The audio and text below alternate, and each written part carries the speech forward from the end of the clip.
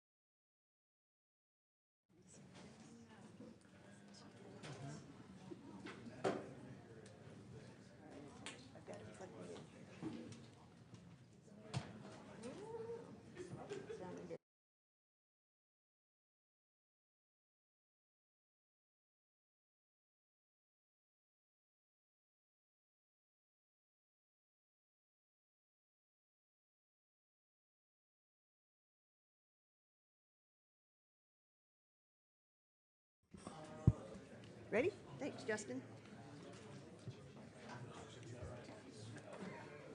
I might lean on you to help throughout the keep things moving. Yeah, just not. I think we should be okay though. If not. Good evening. Welcome to the 6 p.m. City Council meeting. We are reconvening. We were in a closed session prior to this, so sorry we're a little late. Please note, all council members are present. However, Vice Chair Heyer is coming in electronically. Let's just make sure that we can hear him or he can hear us. Hello, everyone. All right, great. With that, the next thing on our agenda is the Pledge of Allegiance. Please rise if you are able and repeat after me. Actually, I take that back. I see a Girl Scout in the, if you'd like to come up, and I know I'm putting you on the spot, but would you come up and do the pledge for us? All right. I'm sorry, I didn't notice you earlier. Please come up. Yeah, you all can. Right here. They're saying they're Girl Scouts. Both of you can, yes. All right. Thank Brownies you. or Girl Scouts? Oh, yeah. 3 of them. All right. Thank you.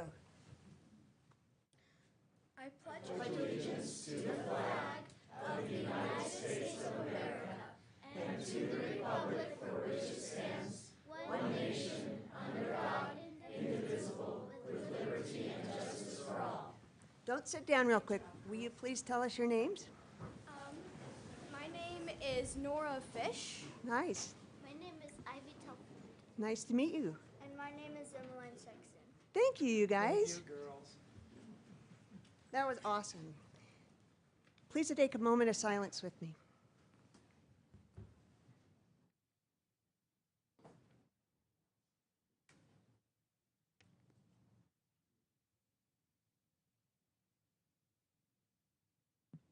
Thank you. Next on our agenda is any acknowledgements? Any from council members yet? All right. I definitely would say I was able to attend, I don't know if this is working. Is it working? Okay. The LUPEC and Ogden City Cinco de Mayo event this weekend, and it was really lovely. So I appreciate us partnering and making that happen. Nice. All right. Well, next on our agenda is Teacher Appreciation Week, and I saw that Amir Jackson is hiding behind there, but please come up. He is the member or a member of our Ogden Community Engagement and Opportunity Commission. Hello. It's a mouthful. Hello, council members and mayor. My name is Amir Jackson, as you just stated. And on behalf of the Community Engagement and Opportunity Commission, in honor of Teachers Appreciation Week, I would like to present the recognition to the impactful and important teachers and organizations making a difference here in Ogden City for the council to recognize publicly. The Ogden Education Association's mission is to advance the cause of public education in partnership with others by strengthening and teaching profession, promoting quality schools for all, of Utah's children and advocating for the well-being of members to achieve its vision of safe, equitable public school for every child. The Ogden Education Association represents classroom teachers, retired educators, administrators, licensed educational support personnel, and students in the education programs and universities. I would also like to take a moment to read a personal note that we worked on together as a commission, and it is a heartfelt note that I would hope reaches the hearts of those who are here to receive this recognition today. Ogden City Community Engagement and Opportunity Commission, because educators are the backbone of community, shaping the minds and hearts of future generations through their dedication, compassion, and expertise. And teachers in Ogden City demonstrate unwavering commitment to their students, going above and beyond to ensure that each child receives a high-quality education and the support they need to thrive. And the efforts of teachers extend far beyond the classroom. They foster community, inspire curiosity, and help build a stronger, more united society for all. And the challenges faced by educators are many, yet they meet each day with creativity, resilience, and an abiding belief in the potential of every student. And it is essential that we as a community recognize and celebrate the invaluable contributions of our teachers and advocate for their resources, support, and appreciation they so richly deserve. The Ogden City Community Engagement and Opportunity Commission hereby recognizes and expresses our deep and continued support for the teachers of Ogden City. We acknowledge their critical role in the success of our students, families, and neighborhoods. And we affirm that our commitment to uplifting and honoring them, not only during Teacher Appreciation Week, but every day of the year. This is on behalf of the Ogden City Community Engagement Opportunity Commission that we extend this certificate and recognition to the association.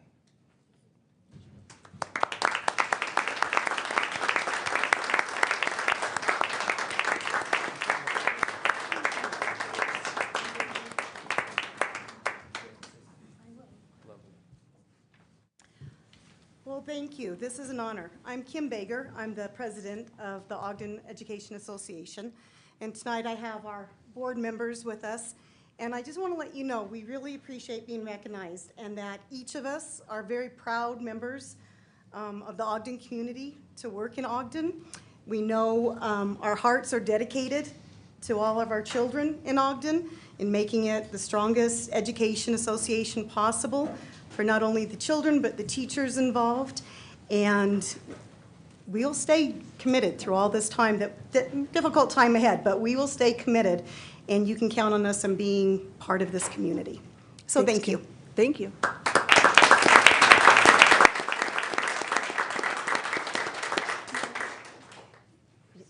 Well, I just want to say, as a former teacher myself, in my first career, I was a public school teacher, and I was in a union in New York City as a teacher, and I just appreciate all of your efforts so much and honor and respect you that you've stayed in the profession for so long, because I got a little worn out. But yeah, I appreciate you all very much, and I hope you keep up the good fight to get your collective bargaining rights, even though we don't do collective bargaining here in our city. But I think it's really important to have the power of the group to stand up for things that are right for our workers, especially teachers. Thank you. You know what? I think we owe them a round of applause and a standing ovation.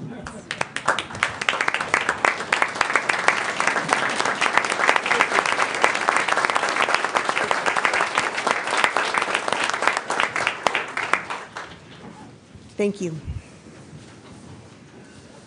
All right, we have a fairly full agenda, so please, I will apologize for moving through quickly, but the approval of minutes from the joint work session of March 18th, 2025. Councilmember Myers.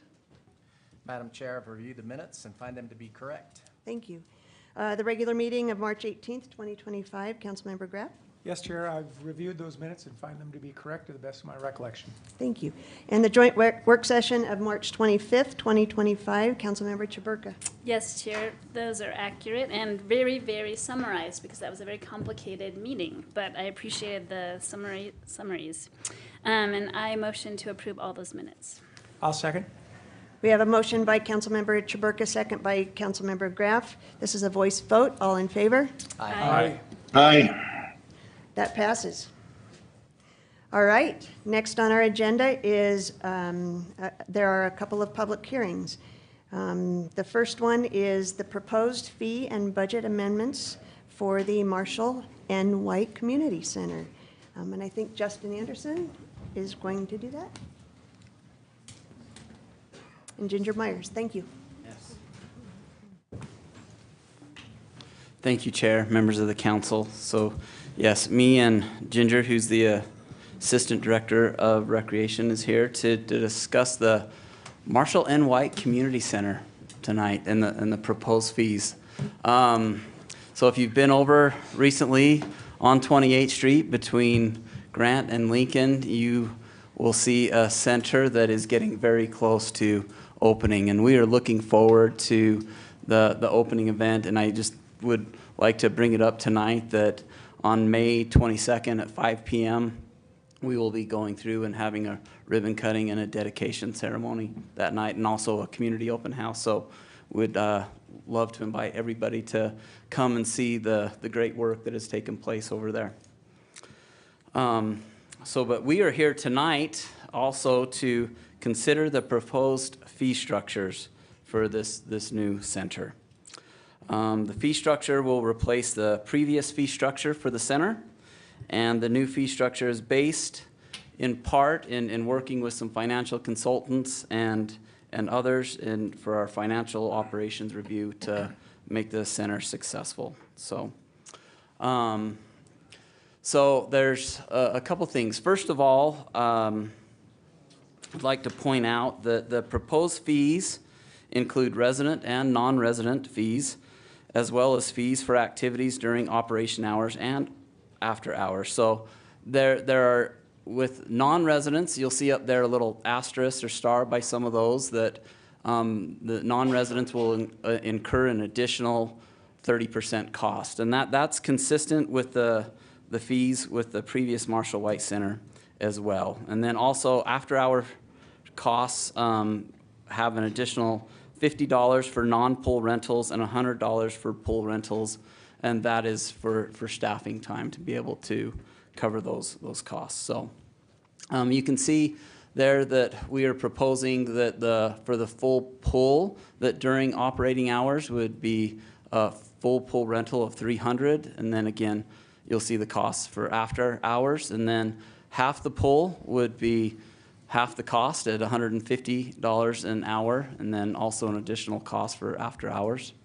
And then we have, on the very north side of the pool, we have 3 swim lanes there, and so those would be a cost of $15 per hour. And those are typically would be reserved for schools. So you wouldn't have to, if you're a member or attending, you wouldn't have to pay for those, but if those could get reserved for uses of schools and others, so we want to be able to charge them if we ever need to do that. And then we also have a party room that's right off the side of the pool area. So the cost to be able to rent that would be $130. So, Justin, real quick, can you Yes. kind of give an idea of what the hours are, operational hours? oh yes, so the proposed hours is 6 a.m. to 9 p.m. Those are consistent with what we've had, but I do, foresee, depending on need, that maybe those hours might need to change, depending on use, and to be able to compensate for the hours of some that get up pretty early to go to the gym, and maybe some that need to stay later for the use of the facility. So,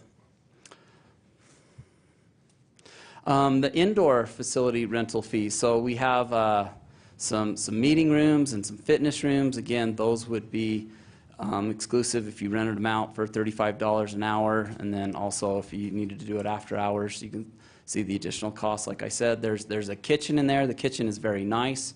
It also that room can be partitioned off or expanded to be a big room. So if you're renting that kitchen area, that's $50 an hour. There's also a great sound system in there if that's needed. You'll be able to rent that as well. So the gymnasium, so if you wanted to do like just kind of like a single hoop area, that would be $25 an hour, half court. So really, when we're saying half court, the gymnasium really can accommodate 2 full courts. And there's a partition in the middle, so if you rent half the court, it really would be 1 full-size court in the gymnasium center. And then if you wanted to do what we'd call the full court, which is really both courts together, that would be $100 an hour. There, also in the center, we have a field house with turf fields. If you wanted to be able to rent that, that's half field's $35, full field is $70. Again, if there's after-hours charges, if you needed to rent it after hours. So there's also, you'll see a spectator fee for event rentals. And so what this is if there's somebody renting that out to charge spectator fees, then we will just up some costs. If no admission is charged, there's only a 30% of the rental cost increase for that to accommodate for those attending. Outdoor facility rental fees. So the center will have some outdoor pickleball courts, which will be on the southwest corner. 1 court will always be open for members to come use, but if you want to rent it exclusively, it'd be $20 an hour or an after-hour charge of $70. And then also, if you need the pickleball court lights, would be $15 an hour for any activity for exclusive use. And then we also have some outdoor turf fields, which these are grass fields. So again, half the field would be rented at $35 an hour. Full fields would be at $70. And then to be able to rent and use the field lights would be $25 an hour. Again, the same costs that I mentioned earlier for after-hours costs would be applied. Daily admission fees. So daily admission, if you're coming in for a day use, for adult would be $10, seniors would be $7, children or youth would be $6, and that would be any child over 2 years old would be considered a youth. Monthly pass fees. Again, so there's a family and that we consider to have 2 adults and up to 4 children. Then each additional child would have, beyond 4, would have an additional charge of $5, but that would be a $60 a month fee for a family. Adults would be $32, youth would be $25, a senior would be $25, a couple would be $50, and a senior couple would be $35. Annual pass fees. This is, again, for the entire year. Same thing with the family. It includes 2 adults and up to 4 children. Each additional child would have a cost of $50 for an annual fee, but the family pass would be $600. Adult annual passes would be $320. Youth would be $250. Seniors would also be $250. Couples would be $450, and then also senior couples would be $350 for an annual pass. Do you mind telling us the age of a senior? Yes, so senior, and sometimes that's a tricky question depending on who you're talking to. So I mean, I'm eligible to go to Golden Hours. yes. So yeah, so Golden Hours, it is 50 and older. So we are looking at 62 to be that age. So thank you. So let's see, where was I at? Okay, program fees. So we also have program fees for swim lessons and also private swim lessons. You can see those are $40 and $20. Again, non-residents will have an additional 30% cost. We have many programs it include adult boxing, youth boxing, art classes, theater classes, painting, music, youth pottery classes, cooking classes, and also adult pottery classes as well.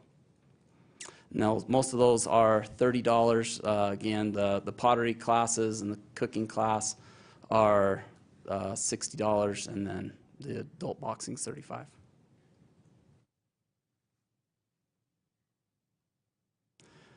And then here, I'm going to turn this over to Ginger, and she's going to talk about these last few slides. I just wanted to add to what Justin had talked about too with the program fees. There is a fee reduction application that they'll be able to get those fees reduced up to 50%. And then part of what we wanted to present on the rental deposit, this was based on the feedback that we had received from the work session. So a group fewer than 50 would have a $50 charge, and then if you're going to have more than 50 people, then that's where the $150 deposit would come back, and that's just a deposit, and they'd get that back. And then a couple other things that we had gotten from the work session is just that the Public Services Executive Director is authorized to enter into contracts to establish corporate rates for monthly and annual employee passes, and to enter into those agreements with insurance providers or the third-party administrators to the facilities to facilitate the payment and reimbursement of the fitness center fees through insurance billing programs. So that's wording that would help us with the Renew Active, Silver and Fit, and Silver Sneakers. And then the next language that you're seeing is we added the date that July 1, 2026 is when we can go over the CPIUs, and we can, per council approval, you guys can readjust and look at the fees of July 1, 2026. Any questions? Any questions from the council? Thank you. Thank you. Great, thanks. All right.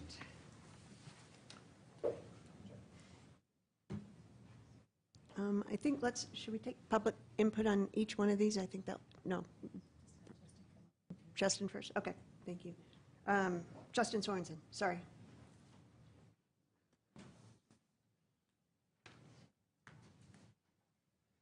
Thank you, Chair. You get the other Justin now. So along with the fee amendment is also a budget amendment with the center opening. With estimated revenues, there's also a cost for running the center. And so there is a budget appropriation before you tonight to increase expected revenues and operating expenses to be able to run the center for the next month and a half. And so what we did is we took the projection. There we go. All right, so we took the projection that was provided through the group that Justin mentioned and what they projected out for an annual cost, and we took that and this is two months of the year worth of expected cost to be able to run the center. And so the budget appropriation is to increase expected revenues under Marshall White in the amount of $161,625. And then also to increase the expenses by that same amount. And you can see in the screen, in the presentation there, all the different items involved. So this is increasing budgets to be able to staff the employees for part-time for both the pool and operations, along with other expenditure lines for chemicals, operating supplies, utilities, any travel or professional and technical needed over the next couple months. And as well as any other small expenditure items. And the fees to be able to cover this is coming through, as was mentioned, the admissions for the center, also any other potential revenues received from the pool rentals, facility rentals, any programs, and so forth. So any questions about the budget action portion of the tonight? Any questions? All right, thank you. All right. Thank you for those presentations. Let's take public input on this. So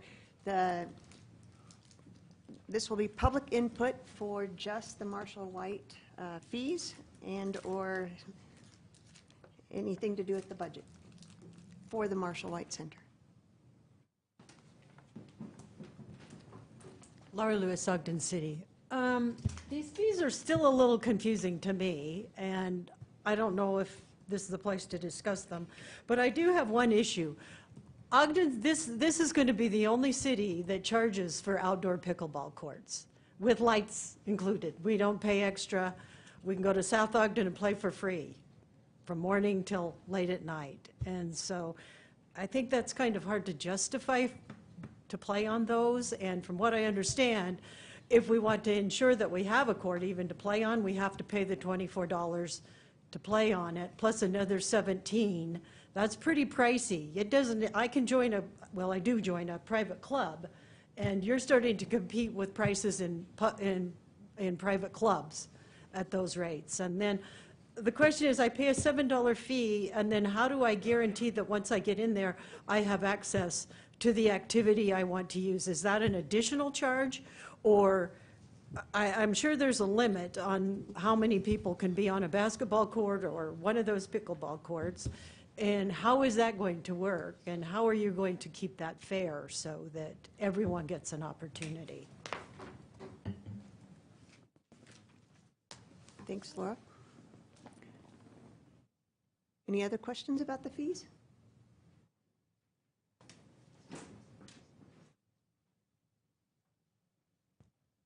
Good evening, Betty Sawyer, resident.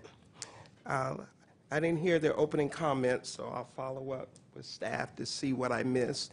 But just from what I heard, it seems like there's an admissions fee, a program fee, a swim fee, and then rental fees, all of that. And when you start combining those, they can run a pretty hefty price tag for an individual senior citizen or a family. And so I don't know if you're going to vote this evening to approve this, but I'd like the opportunity to review this a little more to see how that balances out with income-driven fees and that type of thing. And I'm sure it may have been in the feasibility study for them to get to this place. But I think it's important that we keep the center accessible for all, regardless of income. And we know that it's a big cost. It's a beautiful facility. We're excited to get in there. But it's important that, again, it remains affordable for all. So as we look at these fees, how do we streamline them so people, again, know what they're getting when they get a membership? Does my membership include the swimming pool, or is that separate? Can I get a lessons with my membership? Can I play, get involved in other programs, ceramics, pottery, whatever, or is that all separate? And I think that needs to be really clear, what we're asking people to pay and what we're going to get for what we do pay for. And again, making sure that it is affordable while recognizing the needs of the city to get the bills paid. Thank you. Thank you.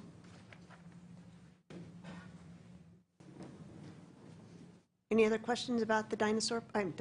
Sorry, Sarah, about the Marshall White Center. Here come Travis. I'm possibly one of the few people that in the room that had the experience of Desert Gym being a half a block from my house. And so I think the dynamic for me was just the aspect of if the fee structures and everything else, and then also I saw that there was the waiver of half the fees when there's the negotiation. And so I think that shows the opportunity for some fair assessments for individuals, neighborhoods, groups, community groups to come into the center. I didn't have the advantage of using Marshall White too often other than through scouting activities, because we did, again, have the Desert Gym. So I think as you look, and if it's a one and done fee at the front door so that they know that the facility is completely available to them, to swim, to play basketball, all those other types of things. I'm sure that can be structured out. But I think, as I saw when you're looking at the budgets and everything else, I think it's just tremendous to keep it accessible. I think that was the whole purpose of the rebuild, was not only to honor the Marshall White family and Officer Leday now, hopefully with the field house, and so those other types of things that are coming in, that we really keep it the community center, and then somehow just get the PR stuff on the website and the other social media outlets, so that people say, no, hey, this is your center. Because I have, many of you know, I work at another community center in the neighborhood, and people recognize that's their space. and there's been minimal vandalism, minimal anything that has damaged the property because they're aware. And so I think just the PR would be probably the best part, to just get the public out there and get them to the open house and see what's available to them for what cost. So thank you. Great, thanks, Travis. Brandon, did you see that? Thanks. Anyone else? Chair, not seeing anyone, I'd make a motion to close the public hearing on this item. I'll second.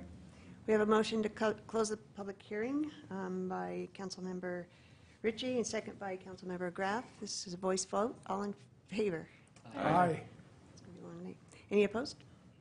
All right. If we could have, yeah, that'd be great. Ginger, if you could come back up, and I think sometimes when we get to look at this a long time, that maybe we're not very good at sharing the confusion, or can you say help? So first of all, she had a question about the outdoor pickleball.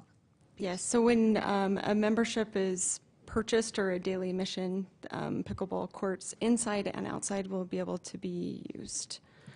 And if you could just clarify the hourly fee is for if I wanted to do a party or something. It'd be like you would want to come in and run a tournament or things like that. Do a tournament or something yeah, like that. we anticipate those being used for open play. Yep. Unless it's a rental, and someone would rent those. Like we have the after-hour fees, but the intent would always be to have at least one open outdoor for anyone that uses the facility. And then just on that, before we leave pickleball, so an individual could pay their daily fee at the desk, play pickleball, and then go shoot buckets in the gym, and then take a shower, and have use of a locker with their own lock, and then leave, and that's all for $10. If you're an adult, yes. Correct. Okay, thank you. Good. Waiting for a Thanks trick that. question. I know. Or if you're a senior, it's 7. Yeah. And one thing I think needs to be noted too is there's actually pickleball courts in the gymnasium that are painted on. So there will be times there'll be indoor pickleball use depending on the programming. And then there's many other aspects that with having a monthly membership, you'll be able to sign up for classes like maybe a yoga class or spin class or certain programming in the pool. And your monthly membership gets you into those. But there are certain activities like pottery that's going to have an additional fee because you have to buy, there's clay, there's other things involved, costs involved to use those and to do those. Yep. Like the kitchen, if you're doing a cooking class, paying for some of the food and the other things that you need to be able to have to do the class. Yep. One other thing along with that is just as far as reserving the space, and not necessarily reserving it, but if you're a member and you pay your admission, you come in, how do you know there's going to be a pickleball court available or a basketball hoop available? Is that something you sign up for, or is there like? Yeah. So there'll be set times when it'll just be open. They'll be open, and so they'll only be able to be reserved at certain times. And if they're not reserved, they're definitely open for play. Okay. And we actually expect most times that's as a membership, that's what it'll be. You'll just be able to come in and play. But there'll be like the gym can be used again for basketball, volleyball, pickleball. There'll be a lot of different activities. And then there'll also be programming for our recreation programming, like outside you'll see on the grass field outside, running 7-on-7 programming, other things like that'll be taking place there. And so I think you're kind of answering this question, but combining the fees. So if I wanted to come in for a pottery class and it's costing $50, does that include my fee as well into the Marshall White Center? So you'll be able to come and participate in that class, and there's not an additional fee we would charge you at the front. Keep in mind that's income driven, so up to 50% of that can be waived, and then you would get to come to that class and participate in that class. Which I think that was what Miss Betty's second question was. Can you explain the income fee driven? Yes, we'll have an application that those who want to apply based on income could get up to 50% of the fee waived. And that's per year, correct? Per year. Okay. Yep, and one application per family, and we can qualify multiple members of the family. Sounds up like to a year, might and that even will be a little go. easier than previously. It will be a lot easier, yes, and we'll be able to have records of that, and so they can use that on multiple programs. They want to sign up. All right, I think that answers May I just make Travis. a quick comment? Yeah. I mean, just to follow up, I think that we talked about this a lot in the work session too. Like, one of our problems that we want to have is that it's so busy that then we need to start thinking about what other gyms do already, right? Is like they might have a time limit on how long you can use the treadmill, or maybe a limit on how long you can be in a certain area so that other people have a chance. And that actually would be what we would love, you know, is that so many community members love the center that they want to come there, and then we'll have to just work through those things and figure it out as we go. So I trust the process. I also believe it'll be super packed, just like it is, you know, on January 1st every year. And then hopefully things will even out a little bit, right? And I'm really excited about it, and I appreciate all the work that's gone into it. And there's also opportunities for free programming too with community partners. Like one is like piano lessons that they'll actually provide a free keyboard that as long as somebody attends and comes all the time, at the end of it, they'll be able to keep the keyboard too. So there's a lot of different activities like that that the center will be able to offer with our partners. And although you haven't said this, when's the anticipated open house? I mean, open date, sorry. Oh, so we are planning, so again, the open house is the May 22nd with the dedication, and then we will be opening the center the following day, May 23rd at 12 p.m. Great. Any other questions? Shameless plug. All right, with that, we have two items on this, under this. Can we combine those two items, Marcia? No, or Chair? Action 1 and Action 2, no. Okay. Regarding proposed ordinance 2025-10, amending Ogden Municipal Code by repealing and then readopting fees for the Marshall White Center, I move for adoption. Second. We have a motion by Councilmember Graff, second by Councilmember Blair to adopt the proposed ordinance 2025-10. This is a roll call vote. Councilmember Chaburka, Aye. Councilmember Graff, Aye. Councilmember Myers, Aye. Councilmember Ritchie, Aye. Councilmember Blair, Aye. Vice Chair Heyer, Aye. Chair White. Aye, that passes. All Look right. forward to the opening. Yeah, for sure. And then the supporting ordinance proposed 2025-11, amending the budget to increase it by $161,625. I move for adoption of that ordinance as well. Second. We have a motion by Councilmember Graff, second by Councilmember Ritchie to adopt proposed ordinance 2025-11. This is a roll call vote. Councilmember Graff, Aye. Councilmember Myers, Aye. Councilmember Ritchie, Aye. Councilmember Blair, Aye. Councilmember Chaburka, Aye. Vice Chair Heyer, Aye. Chair White. Aye, that too passes. All right, next on our agenda is the proposed fee amendment for the George S. Eccles Dinosaur Park.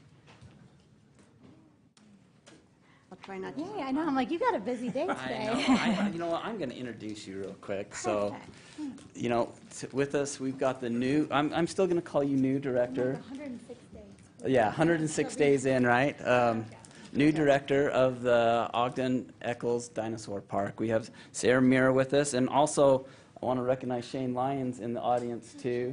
Yeah, the chair, executive chair of the Dinosaur Park. So with that, just the Dinosaur Park is requesting a fee increase to the park, and so I'm going to turn the rest of the time over to Sarah. I don't know, how do I click, or is he gonna click kind of over?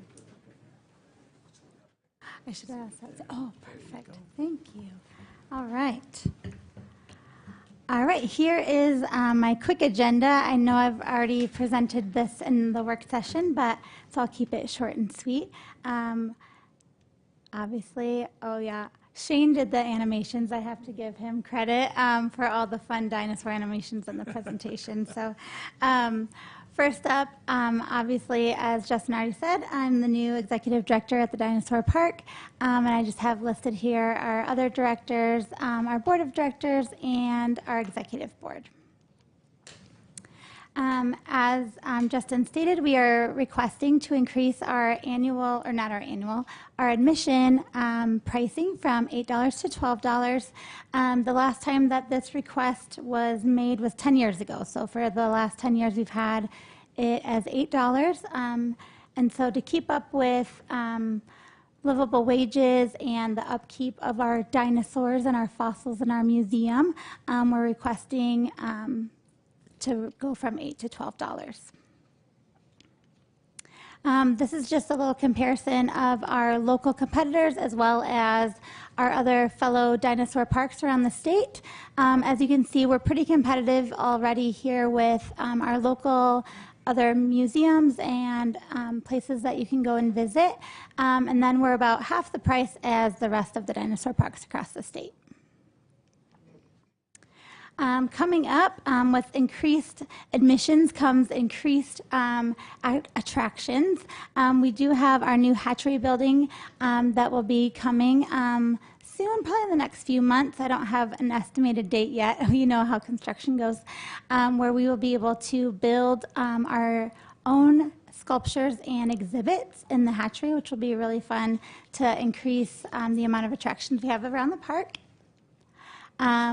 I do have an update here. So we have our new All Abilities Playground coming, and we have a ribbon cutting that you will all be invited to on June 18th. We are a little bit behind schedule from our projected of April, but they are installing it this week, and I wanted to give a little leeway and get past the holidays and school getting out and all of mayhem, as I refer to it as. So June 18th is the date, and you'll be receiving that here soon.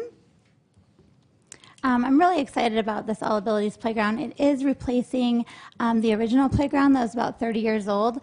So we anticipate a lot of new attendees coming to the park to take part in this amazing playground.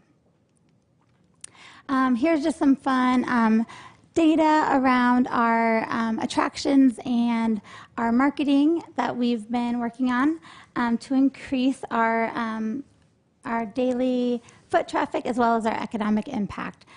So we had 35% increase in our website visits with 2.3 million views in 2024. And I know 2025 has been even better, so I'm excited to see what that data will be. We have a 4-point-star Google review, which is incredible. And actually, our YouTube, every day, we have a count going on our counter, which is pretty incredible. I think we're at 39,000 YouTube subscribers now, which is up from 400 back in January. So we're really proud of all of our online friends that we hope to bring into the park as well. And then next up, I have just a little breakdown from the work session. There was a little bit of a request to kind of break it down, like what is our percentage of our people that pay an annual attendance fee, or not annual, I keep saying an annual attendance fee, our daily attendance fee versus our memberships. And I learned that 84% of our admission is non-members, non-field trips, non-events. So most of our revenue is coming from those daily people that aren't members, that are paying that $8 currently, that we will be requesting up to $12. So that'll make a huge impact in our revenue growth. I did break it down. I'm not sure when this could go into effect, if it does go into effect, but I do know that the city is on starts on July 1 as a new year, so I'm hoping maybe that could be the date. But if everything is all equal to 2024, if we increase that rate, it would be an extra $103,000 to our revenue. And if all things are equal to 2024 for 2026, it'd be $209,000 for a full calendar year. Obviously, with our new playground and all of our new attractions, I'm hoping things will not be equal to 2024, and we will have a huge surplus and a new surge of attendees on our daily fees. But just to keep numbers easy, I just kept the numbers the same as 2024. In 2024, we were over budget. So with those increased admission pricing, it doesn't solve our whole problem, right? It doesn't bring us into the green. But luckily, I am a fundraiser extraordinaire and have all kinds of fun plans on the horizon for other revenue streams. So we have more community events on our calendar this year to engage with a broader audience.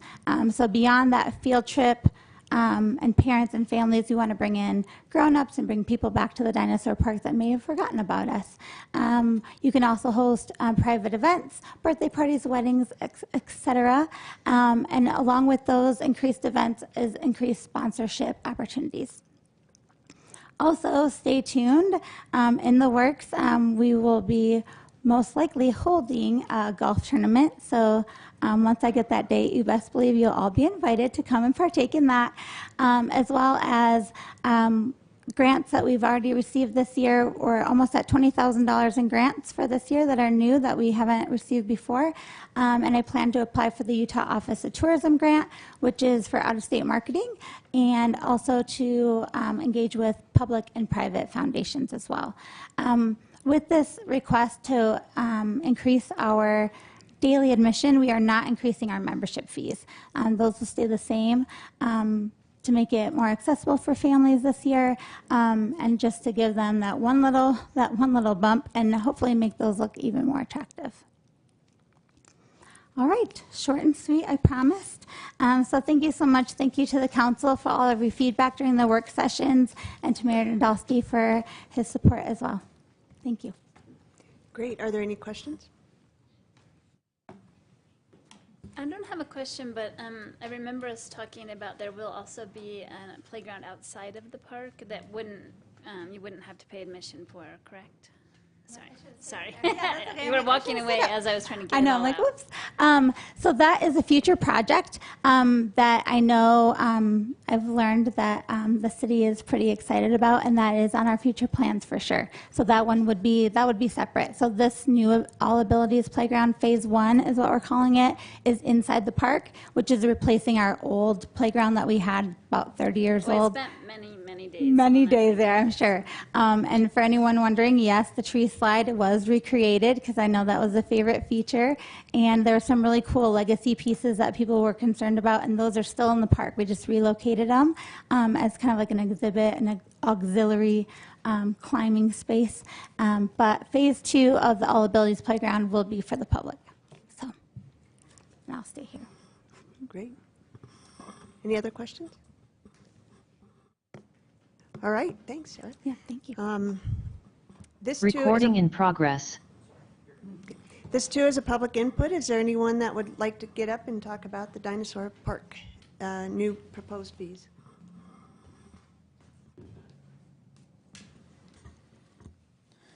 I don't know if there's anybody online, but I can't see if there's that not, either. then I would make a motion to close the public hearing. We have a motion by Councilmember Ritchie, second by Councilmember Myers to close the public hearing. This is voice vote. All in favor? Aye. Aye. Oh, it's a roll call vote to close the public Oh, sorry. input? My bad. Okay. Yeah. I'm like, oh. We're close. No. Great. Any other, since there weren't any other questions? Without other questions, I would make a motion to adopt proposed ordinance 2025-9, amending the municipal code for the admission fees. I'll second. We have a motion by Councilmember Ritchie, second by Councilmember Graff to adopt proposed ordinance 2025-9. This is a roll call vote. Councilmember Myers. Aye. Councilmember Ritchie. Aye. Councilmember Blair. Aye. Councilmember Chaburka. Aye. Councilmember Graff. Aye. Vice Chair Heyer. Aye. Chair White. Aye. That passes. And Sarah, I just had to say, your shirt underneath, I mean, come on. This is all in. Yep, that's awesome. All right, next on our agenda is my favorite part of the year. It's the reports from administration. And Mayor Nadolski, please feel free to come down and present your 2025-2026 budget.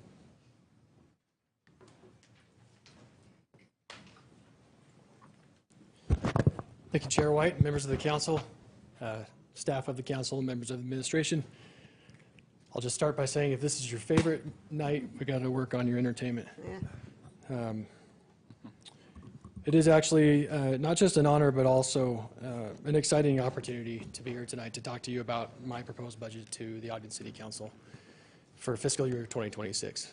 This is not a budget that comes to you lightly. This is a budget that began literally close to the day after we presented or wrapped up last year's budget. That's how much work goes into this by so many people, not just myself, but my staff and team. And I want to thank all of them before I start for helping us to get to this point.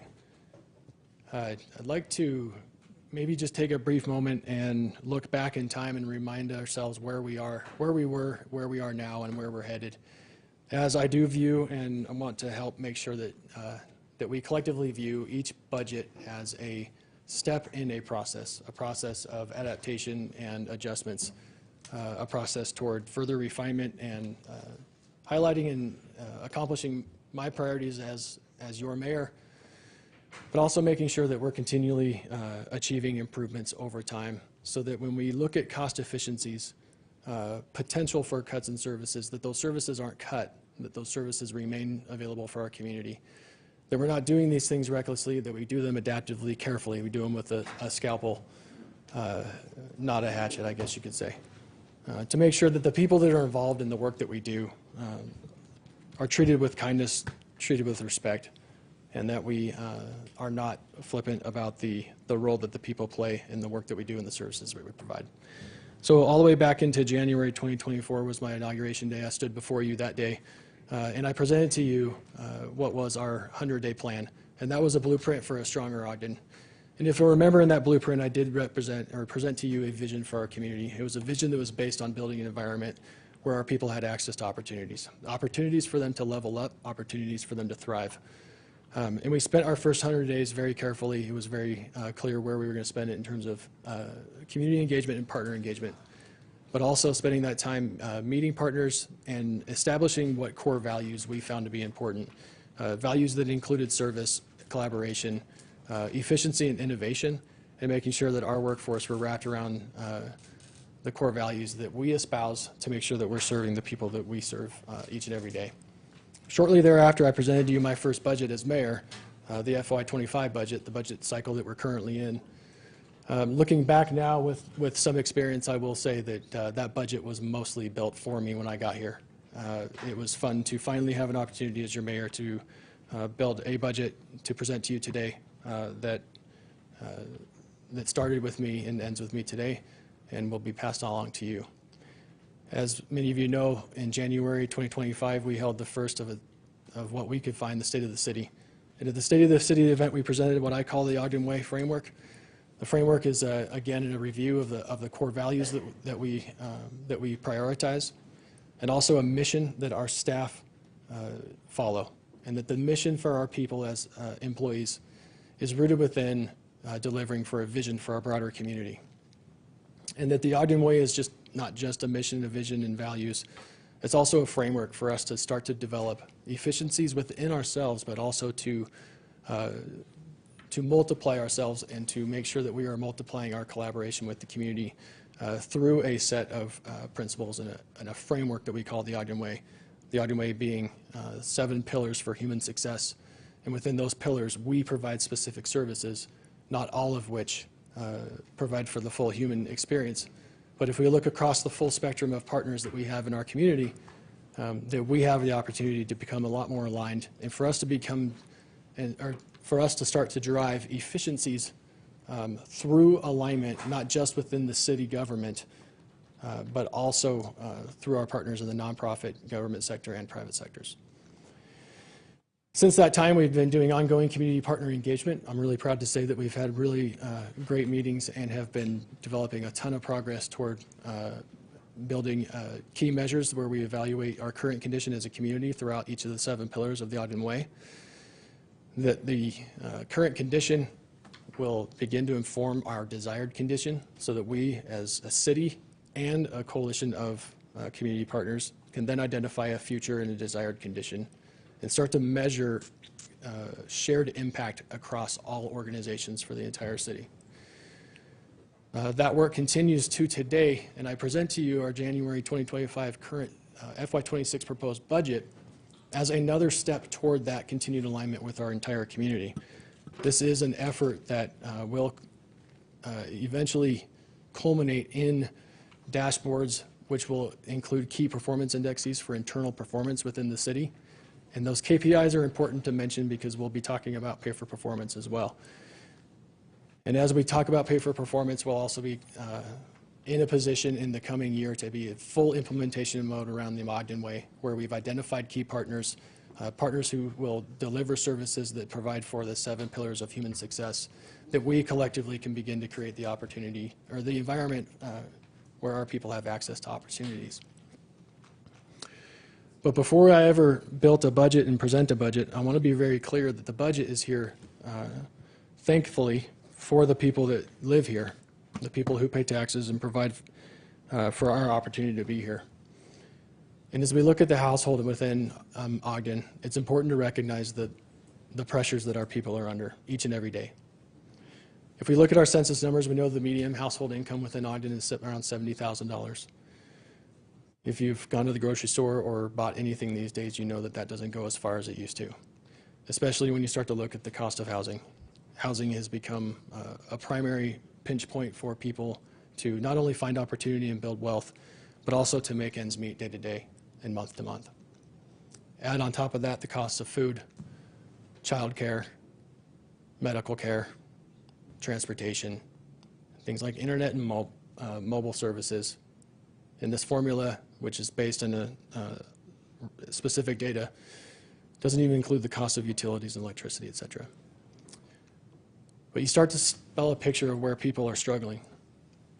The green within this house would represent discretionary spending that may be left over, if we're lucky as a household, to have discretionary spending that would represent your quality of life as a family. That amount of green within every house is shrinking every day, and some families are not lucky enough to have any of that green and discretionary spending at all. And that is why I come to you today and propose to you a balanced budget that does not propose any tax increase. We will be achieving that balanced budget without a tax increase by looking to our friends and to our partners to find ways that we can collaborate outside of ourselves to make sure that we continue to deliver services through key partners and private entities. We're also going to be doing it by driving key efficiencies initiatives within the organization of Ogden City. We have a lot of opportunity to look at the operations that we already have and to find opportunities for consolidations and collaborations, and to drive key efficiencies in the performance and delivery of our services, and to make sure that we are not providing redundancies within ourselves.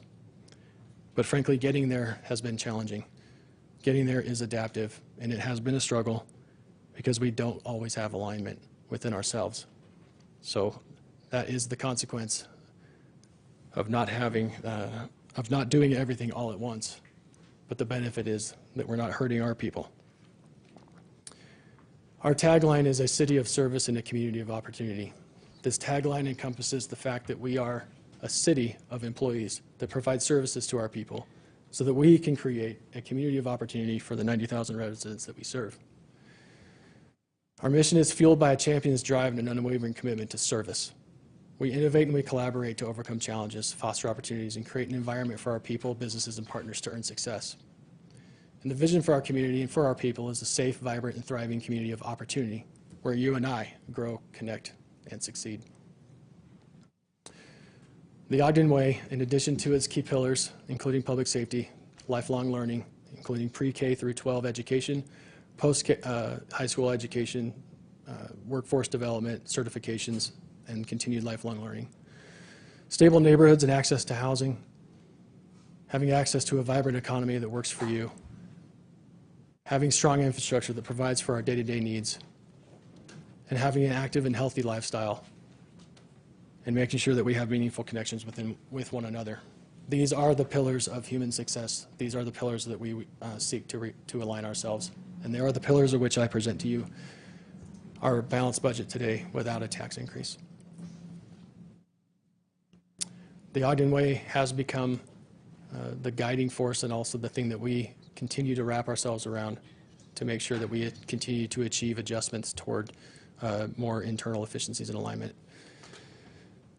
As we begin to build our budget, it's important that we also look at the context of the nation and the world. National economic trends are changing. Certainly, there's a lot of uncertainty right now. U.S. real GDP shrank by 0.3% in the first quarter of this year, marking the first decline since early 2022, and this is driven by a spike in imports ahead of the new tariffs. Certainly, there's a lot of talk about tariffs, and that's adding to the uncertainty. Inflation and interest rates remain sticky. Interest rates are expected to stay elevated, and the Federal Reserve is holding off on cuts, at least for now. The recession risk continues to be a question mark. Business sentiment has cooled, increased recession warnings due to trade disruptions and policy uncertainty. And these don't just come from me, they come from credible sources at the national level. As we look at the state of Utah, unemployment is 3.1%, reflecting a stable labor market, which we're thankful for. Job growth did grow by 1.7%, adding approximately 30,000 jobs year over year. And for GDP, Utah led the nation with 4.5% real GDP growth in 2024. Nominal GDP ended the year at $308 billion. Personal income grew by 6.1%, ranking fourth in the United States of America. But those aren't necessarily the circumstances we find ourselves in Ogden. Not that things are bad here, not for everyone, but there are people that are struggling.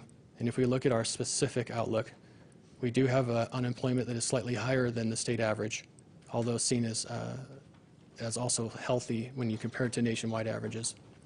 But again, issues like housing affordability continue to cause circumstances like a lockout effect due to high home prices, affecting local talent attraction and retention. We also have local pressure points. We've heard about federal employment dependence. Ogden has a high concentration of federal jobs. We've heard about the uncertainty around the IRS, the Forest Service, and the Hale Air Force Base contractors, all of whom are people who live in our neighborhoods, who go to our schools, who worship in our churches. These are our friends and they are our neighbors, and there is a lot of uncertainty in their lives. When you're in a circumstance of uncertainty, it's hard to imagine spending discretionary funds if you have them. These national policy shifts and hiring freezes and budget cuts certainly can ripple locally. If or when they take effect, we still don't know. But in the interim, they are certainly having a cooling effect on our families and our people.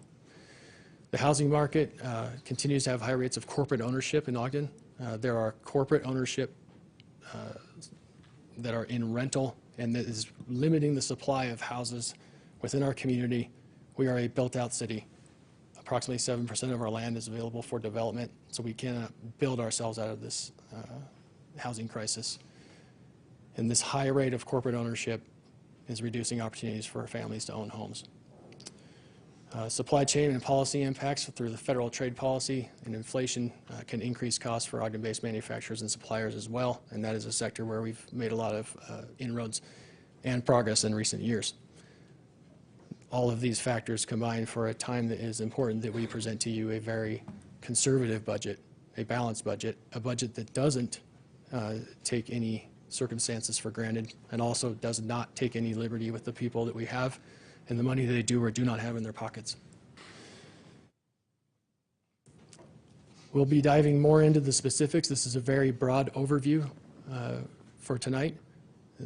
For total property tax, there is an increase of revenue of almost $800,000. Again, that is not coming from a property tax increase. That is coming from new growth fueled by economic development in the past year, as well as 2 RDA districts that are retiring. You see an increase in the charges for services. The timing is good for that because you guys just approved the fees for the Marshall White Center, and that is the number of, that largely represents the fees we anticipate collecting mostly for the Marshall White service. We also see an increase in interest, and I'm happy to report that we are, with our operational reserve, we're finding good performance within our investment, and I'm happy to say that we have over $1 million to add to the budget to help us make ends meet this year. And there are other financing sources of approximately $1.6 million and some change, largely reflecting past fiscal year 25 budget balances that we carry forward into the current fiscal year. And I'll highlight specifically additional funds for road construction and improvements using BNC road funds.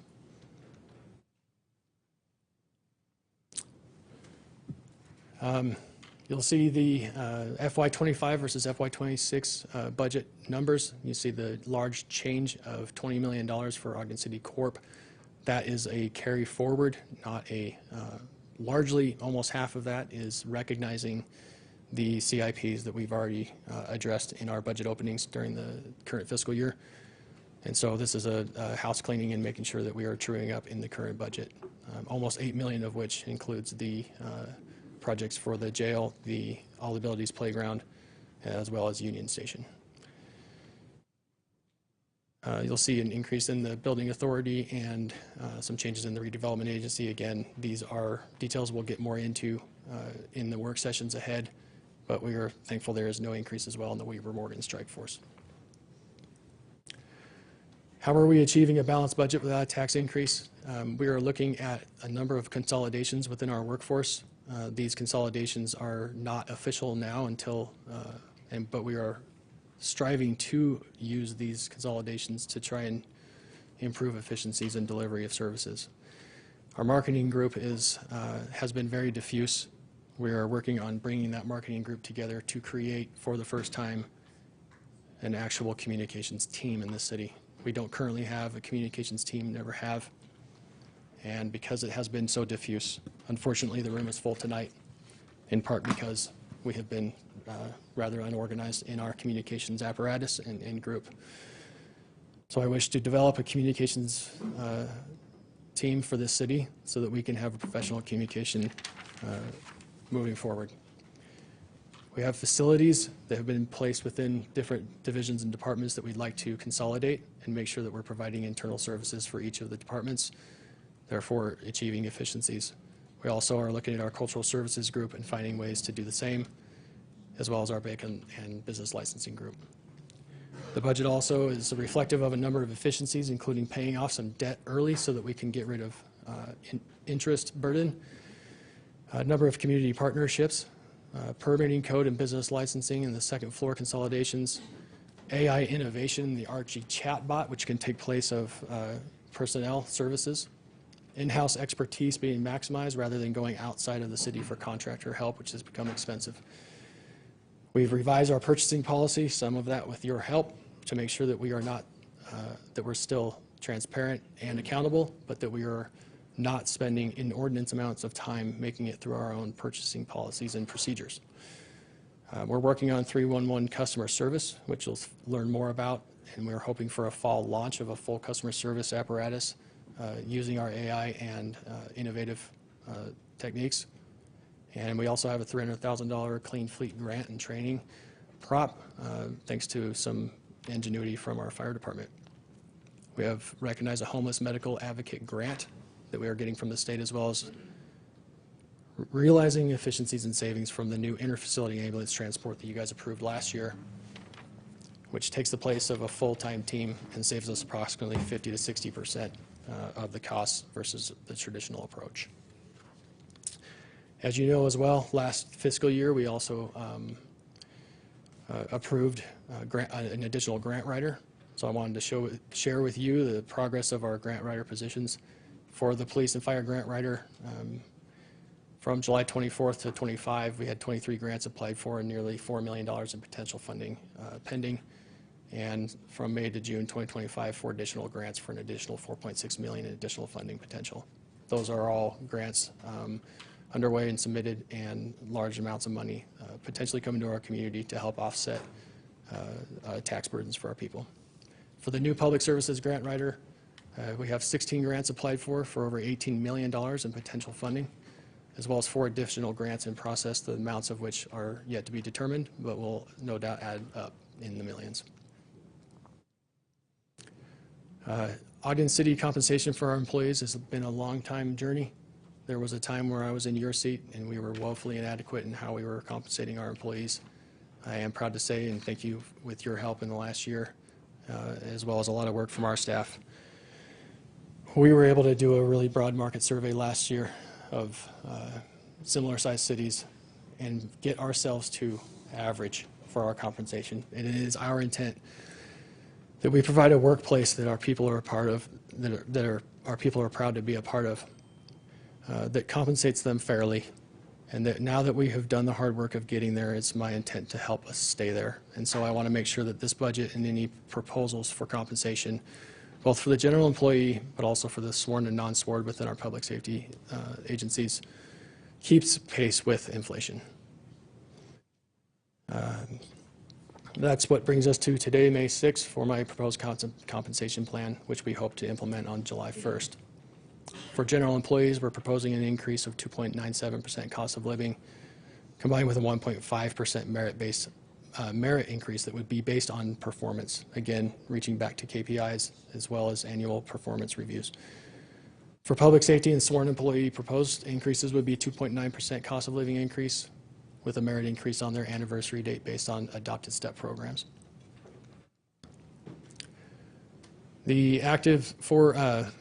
I wanted to share with you some highlights for the CIP proposals for active and healthy lifestyles. I'm proposing 11 parks and recreation projects for over $3 million. The highlights include Lester Park and Golden Hours pickleball courts. Lester Park is due for a tremendous upgrade, as we've been working on for a number of years. Thank you for your leadership and support, Councilmember Graff, as well as Councilmember Chaburka, for your leadership in your neighborhood. This is an area that's long needed investment, and I'm really happy to say that we're leveraging a lot of grants and making a lot of progress on a design that I think the neighborhood and the community are going to be really proud of. We can also look forward to some park improvements at Grandview, as well as Lauren Farr pool repairs, which continue to be an annual struggle. There are continuing projects from fiscal year 2025 as well, but I will save those for future conversations. For strong infrastructure, we're proposing 26 projects for over $24 million in the CIP. The highlights include various citywide road improvements at 25th Street and D Avenue, a number of water, sanitary and stormwater master plan projects, improvements to Valley Drive, as well as numerous sidewalk, curb, and gutter replacement projects. And of course, we have general facility improvements through city-owned facilities that we want to make sure that we're keeping pace with. This again does not mention all of the continuation of the projects that were funded in FY25 but continue in implementation in FY26. For vibrant economy, we have 5 proposed projects within the CIP for $759,000. The highlights include a terminal restroom remodel, the airport terminal seating replacement, and airport security fence at the terminal yard. Again, we have continuing projects from FY25. The terminal itself for airline is undergoing significant upgrades as we speak. Those upgrades will continue into the fall, taking us into FY26. I am proud to say, and you will be proud to see in the budget, that we have done a very good job with new airport staff and a number of new initiatives to leverage new grants through our federal partners. That is something that we have done a lot of in the past, and we're doing even more of it now. And we have creating a collaborative environment there that has become a lot more attractive for our partners to invest in. And I'm really proud of the work that's going into to settling tempers there and making sure that we're providing services that work for our airport community as well. For public safety, you'll see 3 new projects that are being proposed. We'll be adding $1.7 million, a big portion of which would be going toward the fire training tower. Again, that is funding that we've been building over the years to make sure that we're providing the appropriate training facilities and upgrades for our fire department to make sure that they remain world-class. It's important that we have world-class first responders, especially when a big fire like the one we had this year downtown happens. Those are the times that you are thankful for the investments that we make in our people and their training and in the equipment that they have. Their expertise absolutely saved our downtown. We'll also be doing Station 5 roof replacement, as well as fire station exhaust system upgrades in each of the 5 firehouses. That's an important project to make sure that we're keeping our firefighters safe and healthy. I do want to highlight just one partnership of many that we enjoy here in Ogden. The My Hometown Ogden program has become incredibly successful. We are the envy of everyone. The My Hometown program started in West Valley City, for those that don't know. And I am proud to say, however, that Ogden is the shining star in the state of Utah for this program. We are seen as the leader and the most collaborative city for the My Hometown initiative. I've received phone calls from the Layton City Mayor, who is proposing to expand this program into her city. I've talked with council members in Orem as well. They have asked about our successes, and I'm proud to say that over the 3 years, we've done 975 total projects for people in their house, in their homes, in their neighborhoods, to help them beautify their homes, to help them overcome code violations that we didn't cite, but we reached out as a community, and we facilitated as a city. That instead of being code officers that go out and strictly issue citations, we also go out and we connect people with opportunity, connect people with service.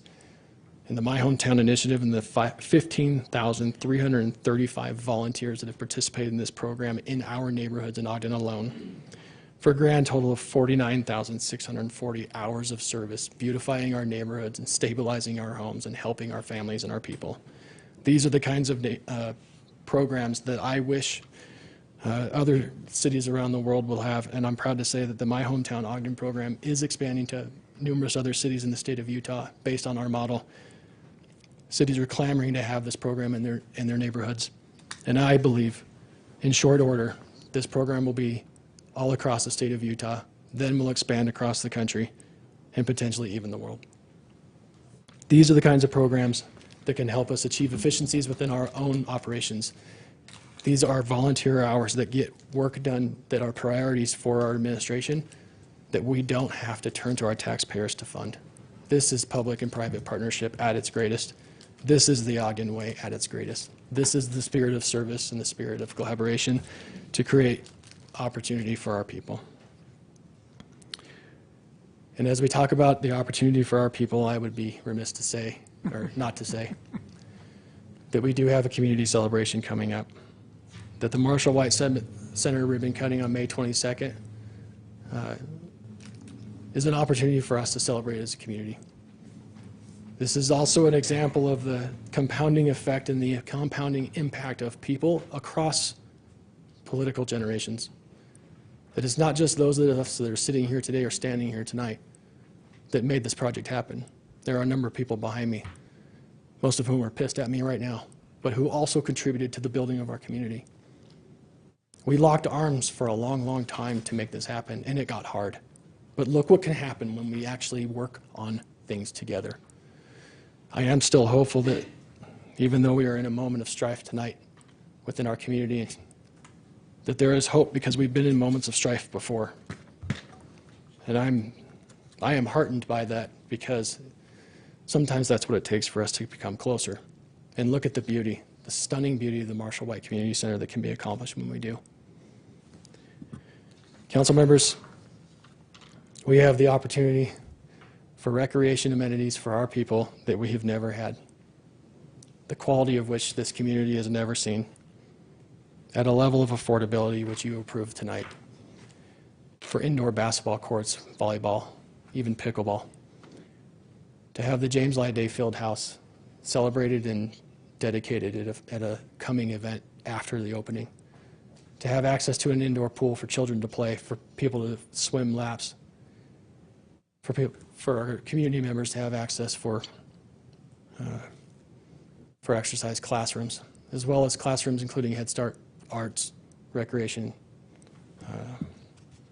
This is something that's been a long time coming. It may have started with a fight, but it's going to end in a celebration. I know tonight might seem like somewhat of a fight, but I do still hope that we're going to end it in a celebration one day. I thank you for your patience as we've developed this proposal.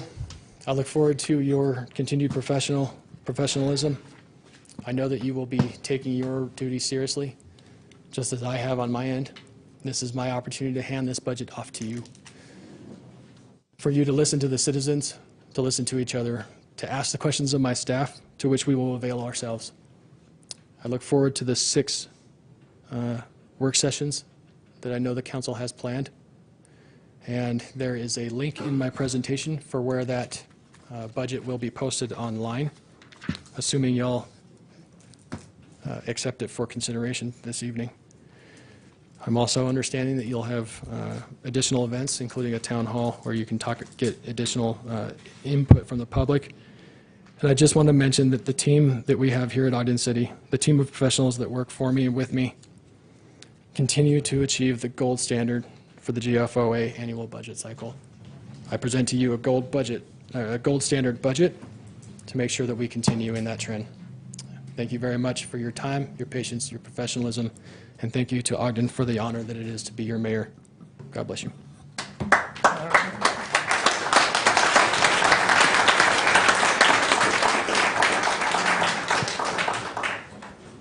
Thanks, Mayor. Before we take a vote on this to accept review, I just want to thank you. I know that your timeline, I don't think people quite understand how long it takes to do a budget. And then I don't think people understand that from today until June, middle of June, so 6 weeks from now, we will scour the budget. So, so thank you. With that, Yeah, I would just I also appreciate that, and I make a motion to adopt for review the budget. I'll second it. we have a motion by Councilmember Ritchie and second by Councilmember Myers to accept for review the mayor's proposed fiscal year 2025-2026 budget. This is a voice vote. All in favor? Aye. Aye. Any opposed? All right, that's great. Let's get to work.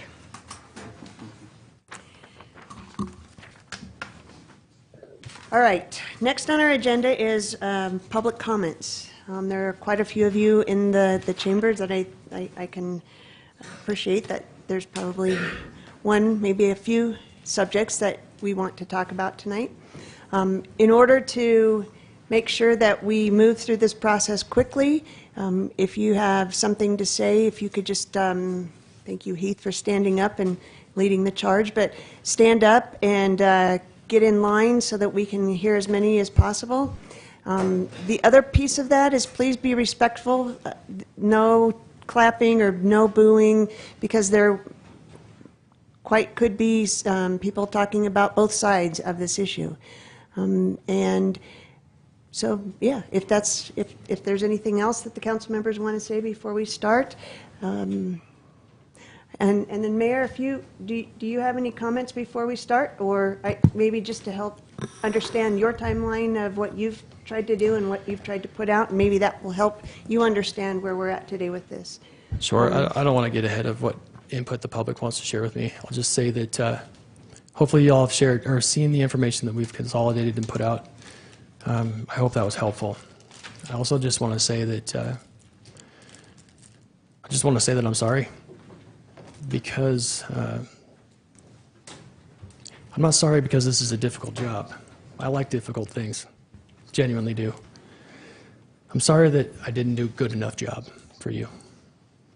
And I hope that my apology, my public apology, the humiliation that comes with it, is really a reflection of the humility of being a leader. I recognize the mistakes that we've made as a city. We get things right every day here. People call 911. Our officers and firefighters arrive. They arrive at record time. We make sure that they have the resources to do that. We administer a hefty budget. We have dynamic issues in our community, and we get it right time and time again. But that's not an excuse for when we didn't get it right. And I just want to say that I am personally and solely responsible for the things that happen here. Across the 700 employees that serve this great city, we serve the beautiful people that I see before us tonight. And I will take full responsibility for what has not been done right. You have your opportunity to take out whatever frustrations you have on me. And I want you to know that I deserve it. I don't just deserve it, I earned it. Because I did not serve you well enough in this instance. So I'm not going to try and pre-answer any questions. I'm not going to try and frame anything to try and minimize the hurt for me. Because I recognize the hurt that I've caused to you. Thank you. Thank you, Mayor. I will also say that if we can move through this quickly, I'm going to take a kind of a pulse at about 8:30 just to see where we're at.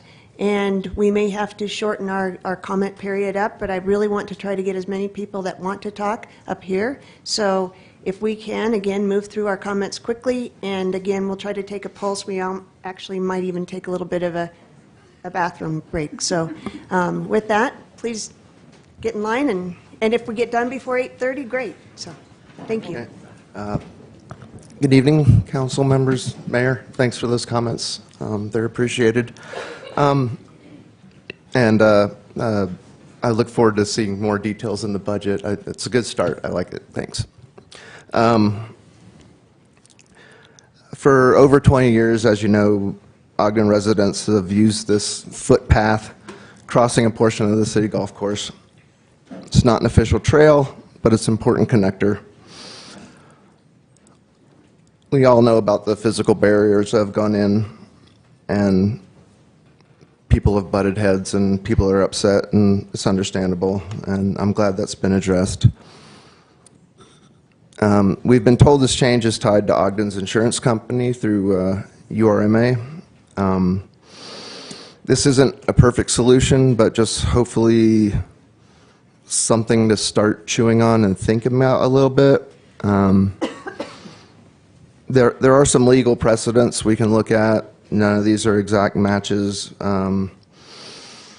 but there are examples. I sent you guys an email with a lot of details, and I hope you'll look over them. Again, they're not perfect examples, but courts have recognized that physical barriers aren't the only way to mitigate a risk, and that clear, repeated signage can be enough, especially when paired with a documented policy. And I'd like to see us try to apply something like that here, and like instead of a full barrier, posting signs and things that say like caution, trail crosses active golf course, stay alert, use at own risk. I'm hoping we can take some ideas to the URMA and see if we can get anything that they're okay with. I know we don't want to risk losing our insurance, so I would like to try to keep this literal connection in our community intact. And I think it'll be stronger with more connections, not fewer. And that's it. Thanks. Thanks, Heath. One thing I did fail to say is that please state your name and I did. No. No, I'm not sure you did. Heath Sato, Ogden resident. Yeah, there's a first time for everything, Heath. Yeah. Okay, please. I'm Greg Hyde. I'm an Ogden resident, and first of all, props to you for getting Martha White Center up. I used to work there in the early 80s, and it was an important part of the city, so thank you. And I've been crossing that trail since the 70s when I was in high school. So, and when the golf course went there, we said, okay, we'll work with the golf course and live with the golf course. And so I've been crossing that path for the last 40 years. And I understand the challenges.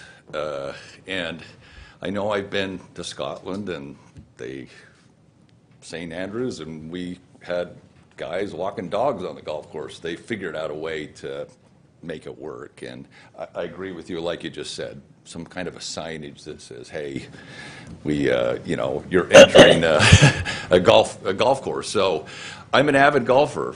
I truly, in the 40 years the course has been open, I've never had anybody say those dang runners are crossing the course, and I'm an avid runner as well, and I realize the responsibility of stopping at the fairway and looking and making sure it's clear and crossing. So, again, the signage would probably do a big service for it.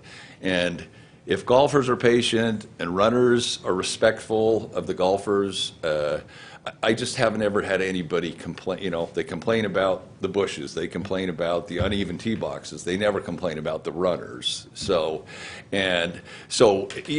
just my input. And I'm getting kind of old. I like to run on a flat trail, so that's one reason it's important for me to keep it open. So that's just my opinion, and thanks for your time.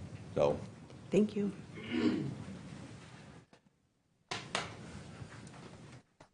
My name is Chloe Reynolds. I'm an Ogden resident, and I think Greg just about covered it. Just want to start off by saying I've done just about nothing else over the last 5 days than try and understand this from a global perspective.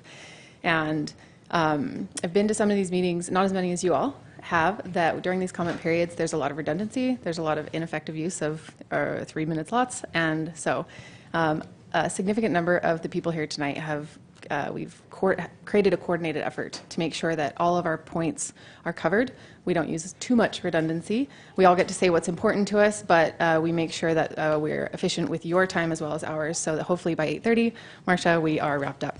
So without further ado, some of the folks behind me are going to be reading from a document that I wrote/compiled. And so I take full responsibility for the things that are read from this page, these pages. And anything in these pages that refers to something that the mayor has said is direct response from a couple hours I spent face-to-face with the mayor over the weekend.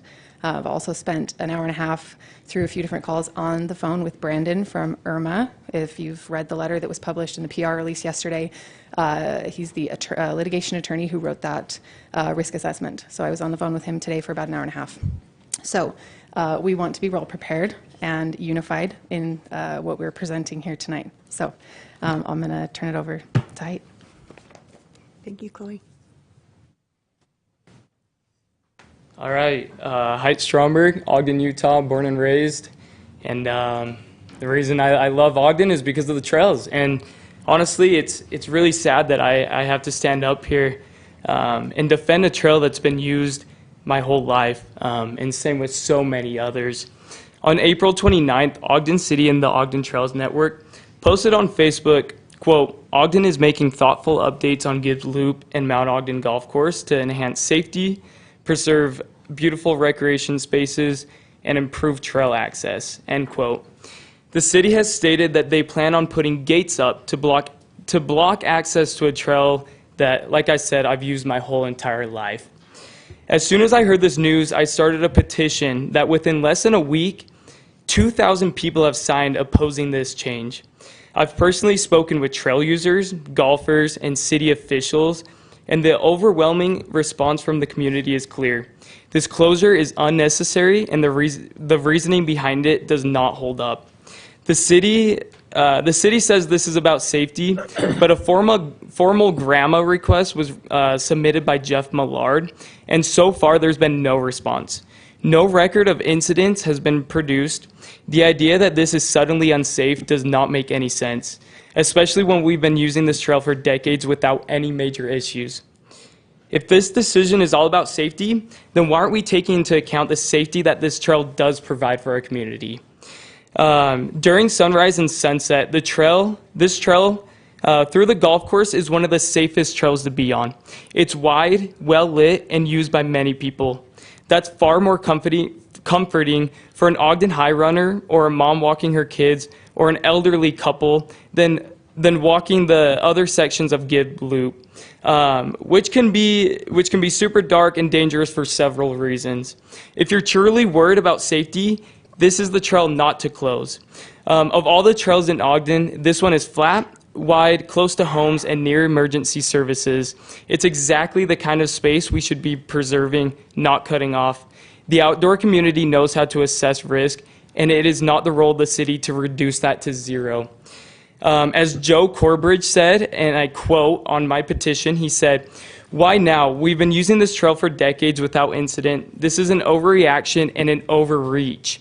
We learned back in kindergarten to look both ways before crossing the street. Should we go ahead and shut down all roads to reduce the liability of someone getting hit?" End quote. We believe that there's much better ways to go about this than completely blocking it off. The safety argument is being used to justify a decision that does not reflect the truth, the data, and the will of the community. And we are here to say that we will not stand by and let this trail be taken from us. Thank you. Thank you, Height. And I didn't mean that literally. You don't all have to stand up and wait. I mean, if you just had 5 in the line, Thank you, though. Sorry, I didn't mean to. You're good. Kim Haslam, Ogden resident. Closing the social trails is not improving trail access. By definition, it is reducing trail access. I think we can all agree that if this project was sincerely about improvements and access, the trail enthusiasts here today would not be here to try to get these changes reversed. The topic of access has two prongs. The first is trail legitimacy. Some Ogden Trail Network representatives have elicited community buy-in by saying there are no trail closures because there's no trail through the golf course, or the social trails are only an illegally used shortcut. The dirt path that was created by feet and tires of happy Ogdenites is a trail whether it is on the city-sanctioned trail map or not. The narrative used by proponents of the change and some Ogden Trail Network volunteers to convince those opposed to the change that no trail is being closed is dishonest and manipulative.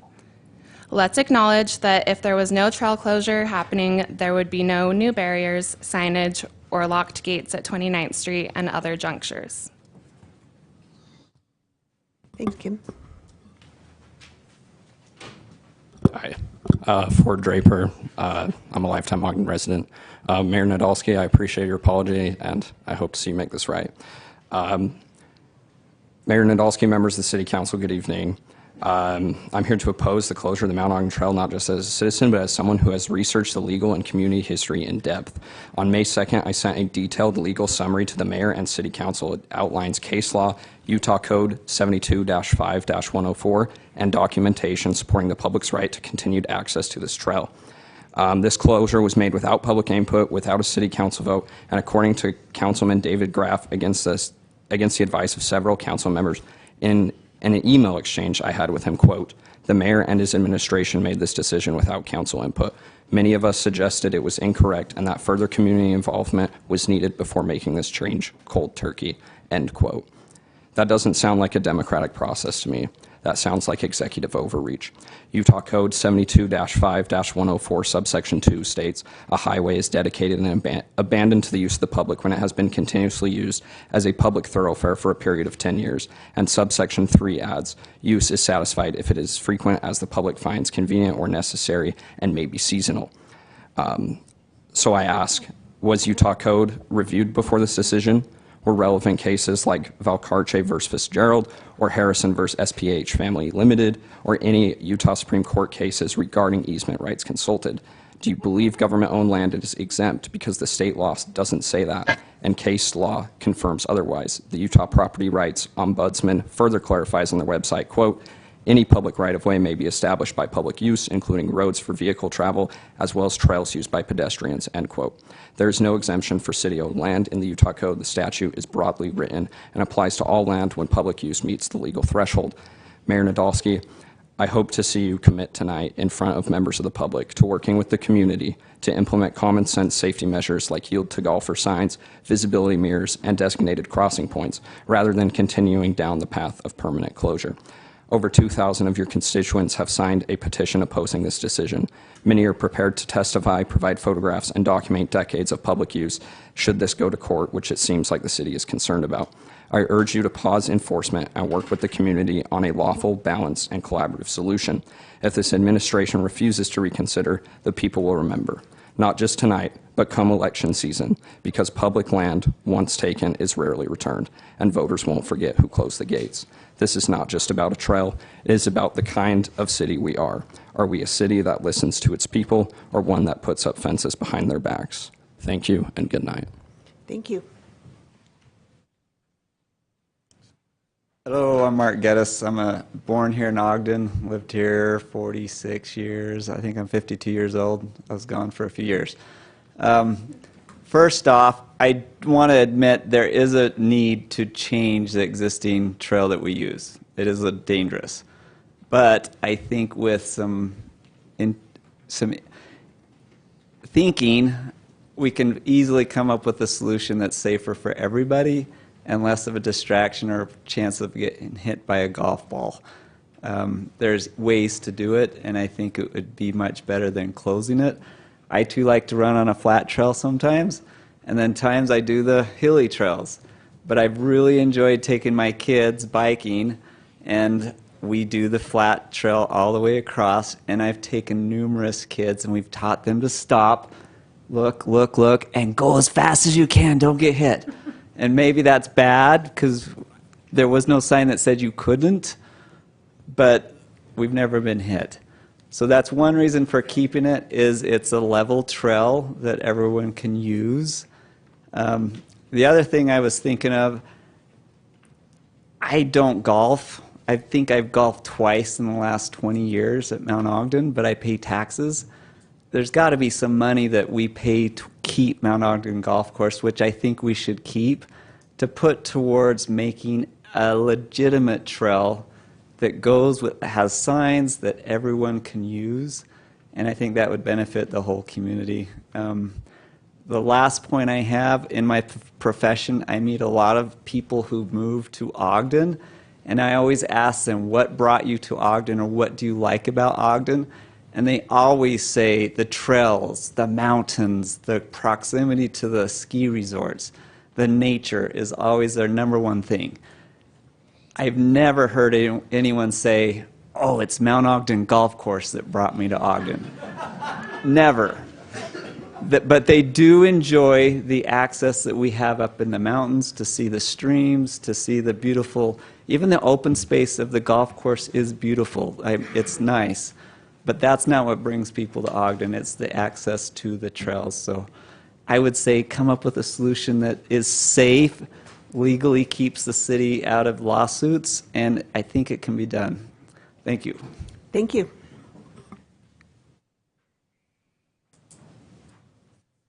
My name is Marilee Blackham. I'm an Ogden resident, but I am also the head cross-country coach and assistant track coach at Ogden High.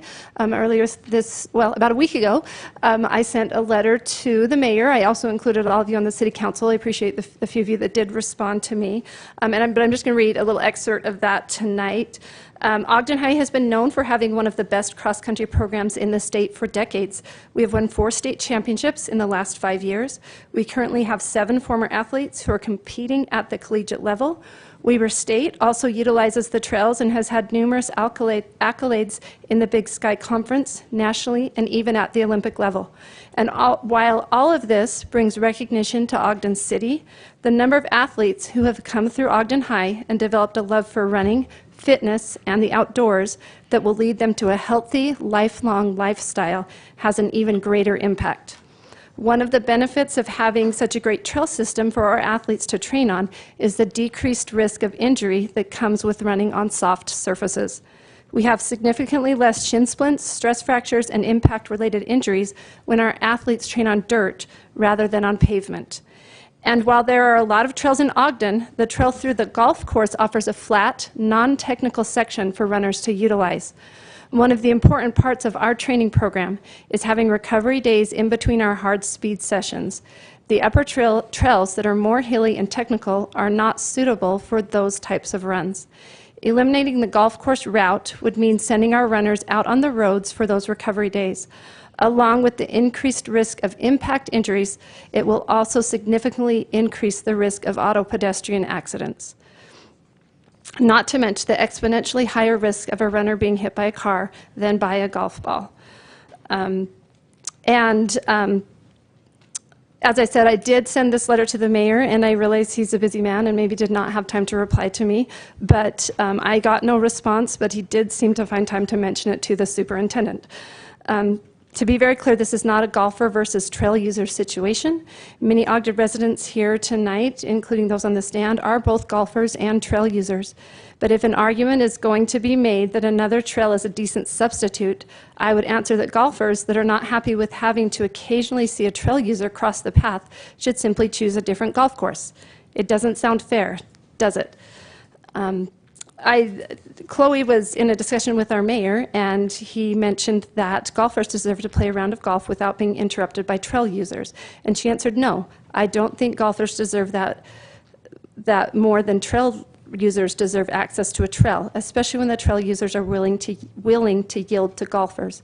If we take the argument one step further, we have Olympian and professional marathoners that have come out of Weber State. Don't you feel that professional athletes deserve access to ideal conditions for training over a recreational golfer? And even those professional athletes are willing to yield when crossing a fairway. Thank you. Thanks, Marley. I'm Chase Reynolds. I'm an Ogden City resident. And while a lot of us are sort of unhappy and we're voicing that, there are some acknowledgements that I think bear stating clearly. First, we know that the golf course has gone from operating in the red previously to operating in the black over the last few years. We know that golfers paying green fees pay for the golf course. We commend the effort to make the golf course a profitable asset that it's become. Number two, we know that the city council members do not vote on matters concerning city-owned property such as this. We know that this matters squarely on the shoulders of the mayor. Thirdly, we know that the city and the mayor have acknowledged that the communication and rollout of this information and project has been handled poorly. We hope that future situations can be handled better. Fourth, we know that winter access to the golf course will remain unchanged. Fifth, we acknowledge that the Gibbs Loop Trail is not being closed. Sixth, we know how to get involved with the Ogden Trail Network meetings on a regular basis in order to stay informed, but we would ask that the dissemination of information that improve so that not every single person who uses the trails needs to be on a committee meeting in order to stay up to date. Otherwise, we'll need a larger venue. Seventh, we acknowledge that the use of the golf course that is off the social trails, walking the full lengths of fairways, for example, should not be allowed, and that off-leash dogs should also not be allowed. That some signage and a campaign to educate the trail users could curb this poor etiquette, something that the city hasn't tried to our knowledge. Our plea for access is isolated to the use of the existing social trails as constituted. Eighth, we acknowledge that we live in an ever more litigious world that requires risk mitigation. And ninth, we acknowledge that we acknowledge there are not known plans to sell any city land on the golf course or trails to be developed. I would add quickly, living very, very close to Ogden, or to Mount Ogden Golf Course, we've enjoyed the proximity and being able to use the golf course. I'm an avid golfer, like many others here, but again, I would be remiss to say that, if I didn't say I've never had an issue playing up there in the, however many dozens of rounds I've played in just the last couple of years. People are very courteous, they stop, they look both ways, they cross when it's appropriate. I think we should be looking for creative solutions to make ongoing use of the trail a real possibility. Thanks. Thanks, Chase.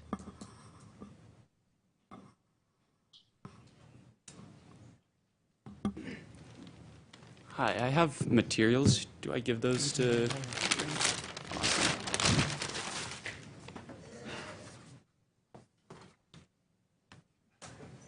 Thank you. Hi, my name is Tanner Rogers. I'm an Ogden resident, and I'm presenting you with some of my ideas for a way to foster a mutually beneficial relationship to help golfers and trail users with the Mount Ogden Golf Course Trail. I strongly believe that the closure of the Mount Ogden Golf Course Trail is a tragedy that should be corrected. This trail provides a flat, well-groomed path that allows people of all ages and ability levels to enjoy nature. This trail is a big part of the community in Ogden and has been for generations. My parents and grandparents before them walked this trail. It has continued to be a staple for those looking to get out, walk their dogs, or enjoy the natural beauty of our community. On this, the alternate routes around the golf course require users to climb over 200 feet over a half mile of trail. Many lack the balance or physical ability to make this climb, and closing this trail forces users to do so. This mentality meets only the needs of the physically able and those who pay to use the golf course, which is funded by our taxes. That is not the Ogden way. In a Facebook post put out by the city, you mentioned that rerouting the trail through the golf course would not be easy or affordable. I believe that the welfare and health of the citizens of Ogden is the best use of our time, energy, and fiscal resources. On this handout that I've given you, it outlines the current trail with the blue line. Red lines are trails that are already existent through the golf course that could be used to eliminate fairway crossings. The green line, kind of in the middle on the left, is about 150 meters worth of additional trail that would be required in order to eliminate all fairway crossings while maintaining a flat surface that trail users could use to cross the golf course. I don't think that we should be enemies, and I want to create a mutually beneficial situation where all people can enjoy the beauty of Ogden. Thank you. Thanks, Tanner.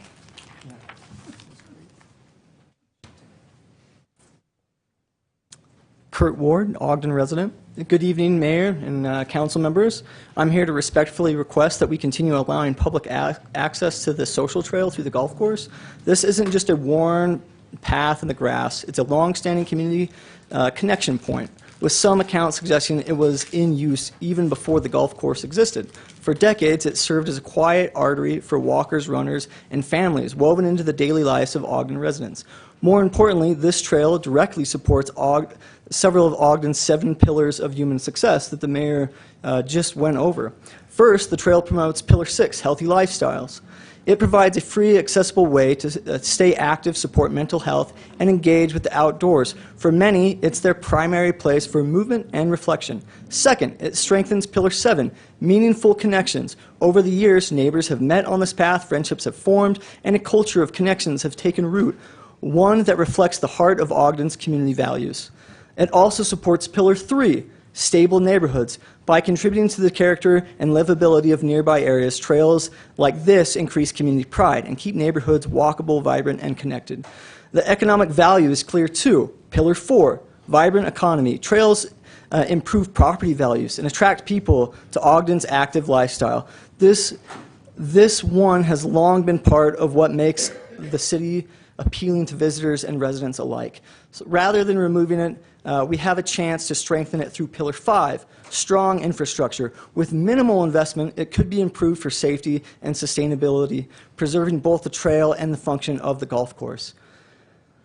The trail even aligns with Pillar 2, educational and lifelong learning. It serves as a natural classroom where people of all ages engage with the land, learn local history, and gain appreciation for public space through firsthand experiences. Finally, it supports Pillar 1, safety. Trails with regular use are far safer than forcing walkers onto roads or into isolated detours. Keeping the trails open promotes visibility, activity, and community presence. I don't know of any incidents that have been reported of accidents with runners, bikers, or hikers on the golf course, but I do know there are incidents on roads. This path has been part of Ogden's story for generations. Let's make it remain part of its future because it quietly embodies everything we say that we value. Thank you. Thank you. Hi, my name's Wesley Calgren. I am from Star Valley, Wyoming. I am now a Utah and Ogden resident. I've been here, and I decided to come here and go run at the Weber State University because of the trails. Because I'm from Wyoming, I have grown up running on trails, and I know the benefits of running on soft surfaces. I'm urging you to reconsider the decision of closing the trail, or at least rerouting the trail. I know that it is dangerous, and I know the dangers of, as we have stated by a lot of people, that people can get hit with golf balls and stuff like that. I also want to bring up the point that if we do reroute it to Gibbs Loop, me and my buddies, we run that trail every day almost, and even on Gibbs Loop, we are dodging golf balls. So I do want to acknowledge that even if you do reroute it, that doesn't necessarily, sorry, I'm getting mixed up with some words, but it doesn't necessarily take away all of the danger there. I also, as one of the other people have stated, that the golf course is now becoming more and more profitable. Maybe a solution is just closing the golf course and putting it into a different golf course, because I know you guys have 2 of them. But I don't think that's the right solution. I think that we can come up with a way to reroute the golf course, as my friend Tanner Rogers has shown you on his map.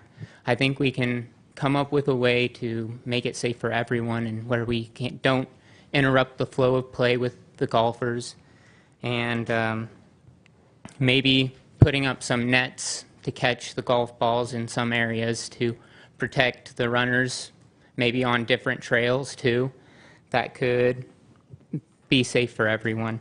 Like I said, I don't want to take up too much of your time, but I ask you make the extra effort in looking into these other alternatives that we've brought up today. Thank you. Thank you.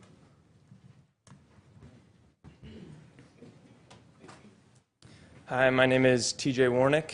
I am originally from Riverton, but Wesley and Tanner are my teammates. I run on the Weber State cross country and track team. But being from Riverton, part of growing up, I ran a lot on the Jordan River Parkway Trail. This trail crosses through the River Oaks golf course. There's no problem with the River Oaks golf course and the Jordan River Trail because the trail only crosses on the golf cart paths. There's no problem, and the Jordan River Trail is much more frequented than these current trails. My teammate Tanner gave you all that handout that would eliminate all fairway crossings. There would be some parts where we would cross on the golf course or on the golf cart path, but we see that in other places like River Oaks where there's no issue crossing on the golf cart path. There would only need to be about 150 meters of trail additional that would go around, and then we could reroute onto existing trails.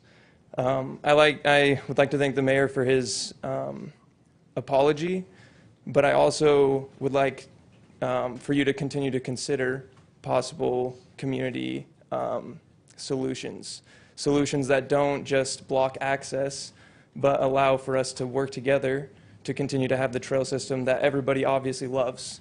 And I want us not to just cut this off and have our minds made up about what's going to happen, but actually think about what will best benefit the community. If it's a liability issue and a money issue, a danger issue, then these proposed reroutes should be no problem. We clearly have, as we talked about in the budget, we propose different outdoors, parks, and recreation projects. It is clear that we can create these trails. 150 meters worth of trail that reroutes around the golf course that is in that map shouldn't be a problem to allow continued access and allow for a safe use of the trails and the golf course as well. Thank you. Thank you.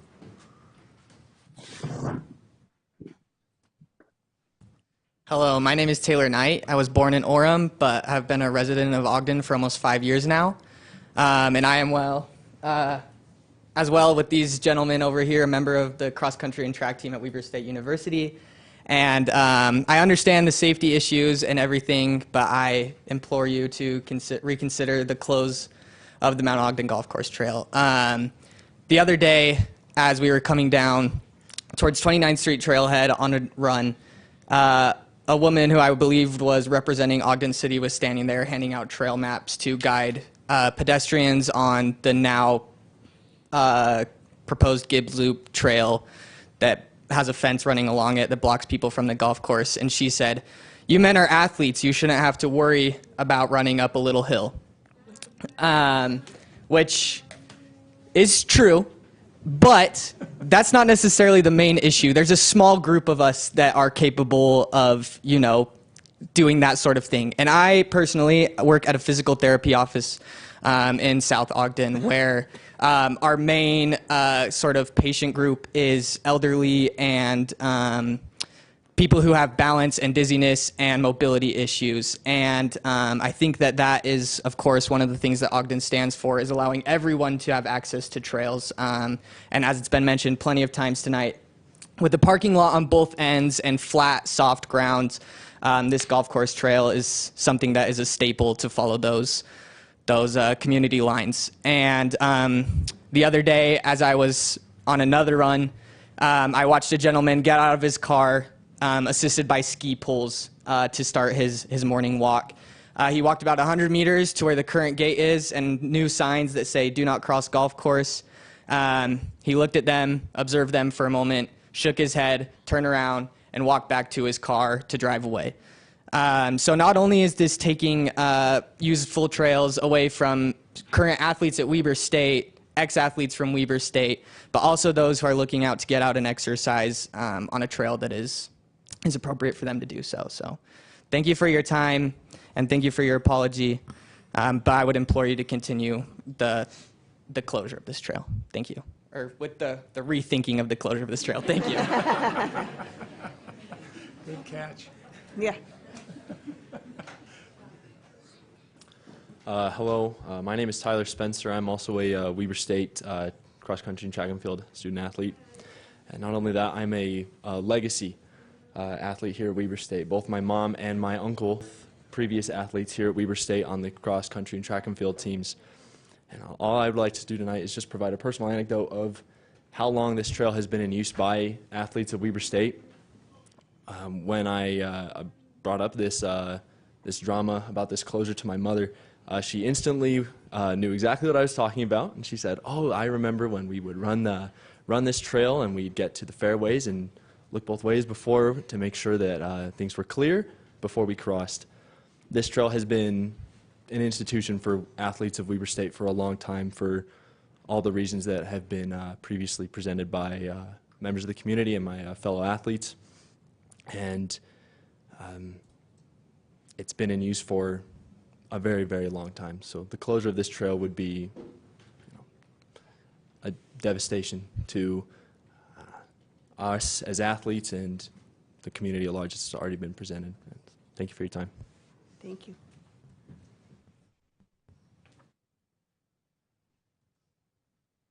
Hello, my name is Joe Corbridge, and I'm also an Ogden resident, though I grew up in American Fork. I am also on the track and cross-country team. I moved up here because of the amazing trails and scenery that American Fork did not have. They still have mountains, but it's not quite the same as Ogden here. I'd like to call to everyone's remembrance what President Lincoln said almost 150 years ago, that this is a government of the people, by the people, and for the people, and that it shall not perish from the earth. We've heard that it's a matter of liability, that maybe someone will get hit, of which no recorded instances exist. We've heard it's a matter of money and being too expensive to create an alternative route. What we haven't heard is how you plan to work for a common solution to this issue. And Mayor Nadolski, your communications department cannot come soon enough. I'm grateful for that proposal. If it were truly about liability, the trail would have been shuttered long ago. If it were truly about money, we perhaps would be a lot more concerned about the $693,567 net loss over the past 7 years from the Mount Ogden Golf Course. And this issue has only arisen since the golf course has now become profitable. If it were truly about the people, we would work together to prevent the complete shuttering of this trail. I repeat again what President Lincoln said, that the government of the people, by the people, and for the people shall not perish from the earth. And we, the people, are calling on you to act. I yield back. Thank you. Thanks, Joe.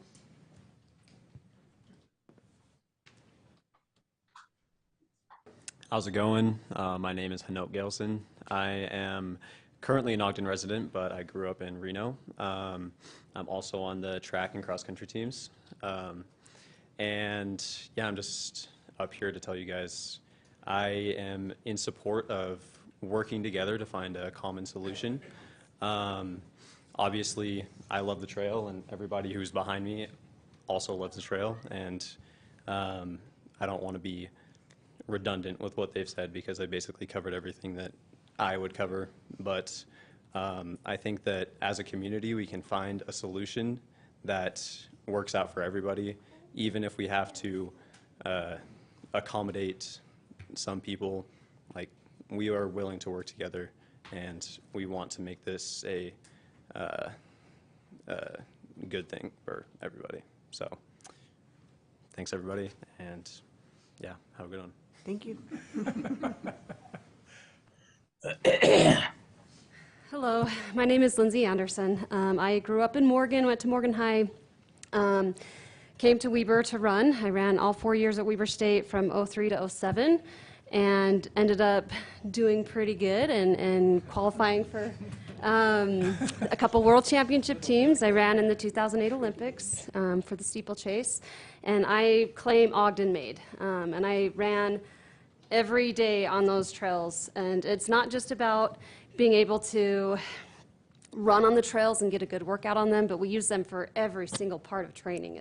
It's the recovery runs that are so important. It's the hill runs. There's been plenty of people that I met up on the trails, and they told me, great people train up here, and they would make comments as I'd run by. And then I actually had one guy who followed my running career, followed my coaching career. When I got back to Weber State, he tracked me down, and he said, I told you Olympians were made on these trails.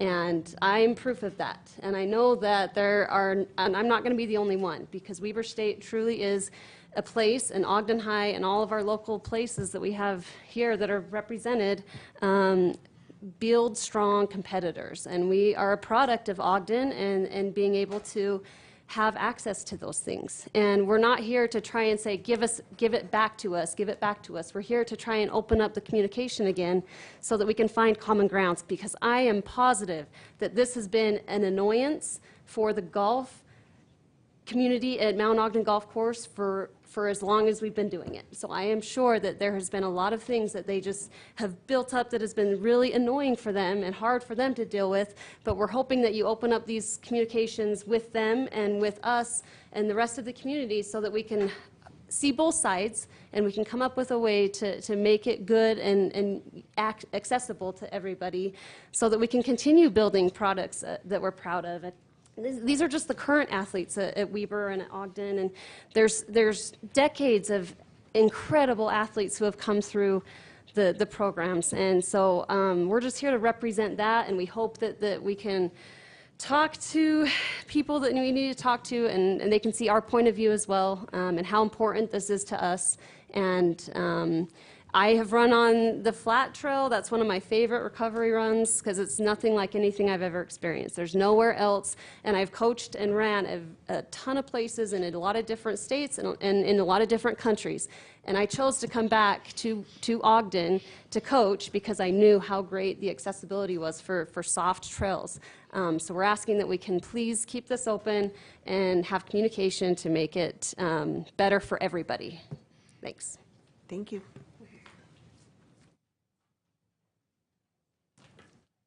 Hi there, I'm Aubrey McIntosh. I'm also a Utah native and an Ogden resident by choice. I really want to thank the mayor just for your public apology and for your verbal commitment to work with us to make this right. And then also just want to say thank you to our council representative, Dave Graff. I really appreciate that you always have a quick response, and I think you do a great job of representing myself and my neighbors with transparency and care. So thank you for that.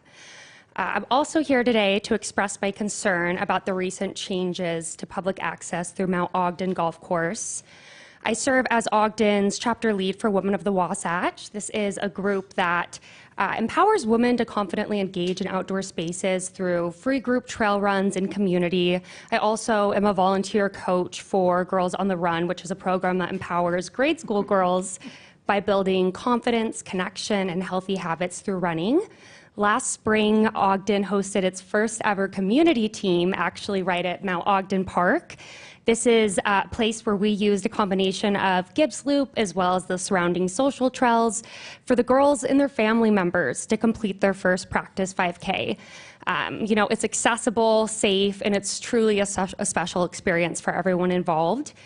For Women of the Wasatch, Gibbs Loop is a trail that we do frequent on the weekly basis. It's very helpful for women that are new to trails for getting comfortable for many of the safety reasons that folks have mentioned already. And then also the access through the golf course to the park does allow for safe exits if needed. This makes it accessible and also approachable for people that are new to these experiences. Our experience has been that we also all yield to the golfers. We share the space respectfully and often are greeted with friendly waves by fellow golfers. This change ultimately we feel was made without public input or council advisement. The lack of transparency has left, as you can see, many people feeling very frustrated and unheard.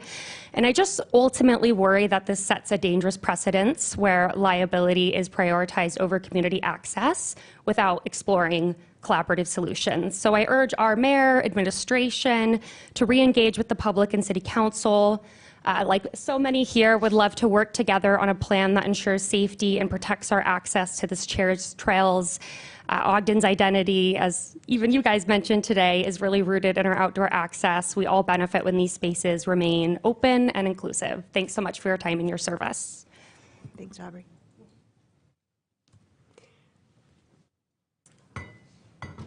Hi, City Council, Mayor. I'm Blake Ham.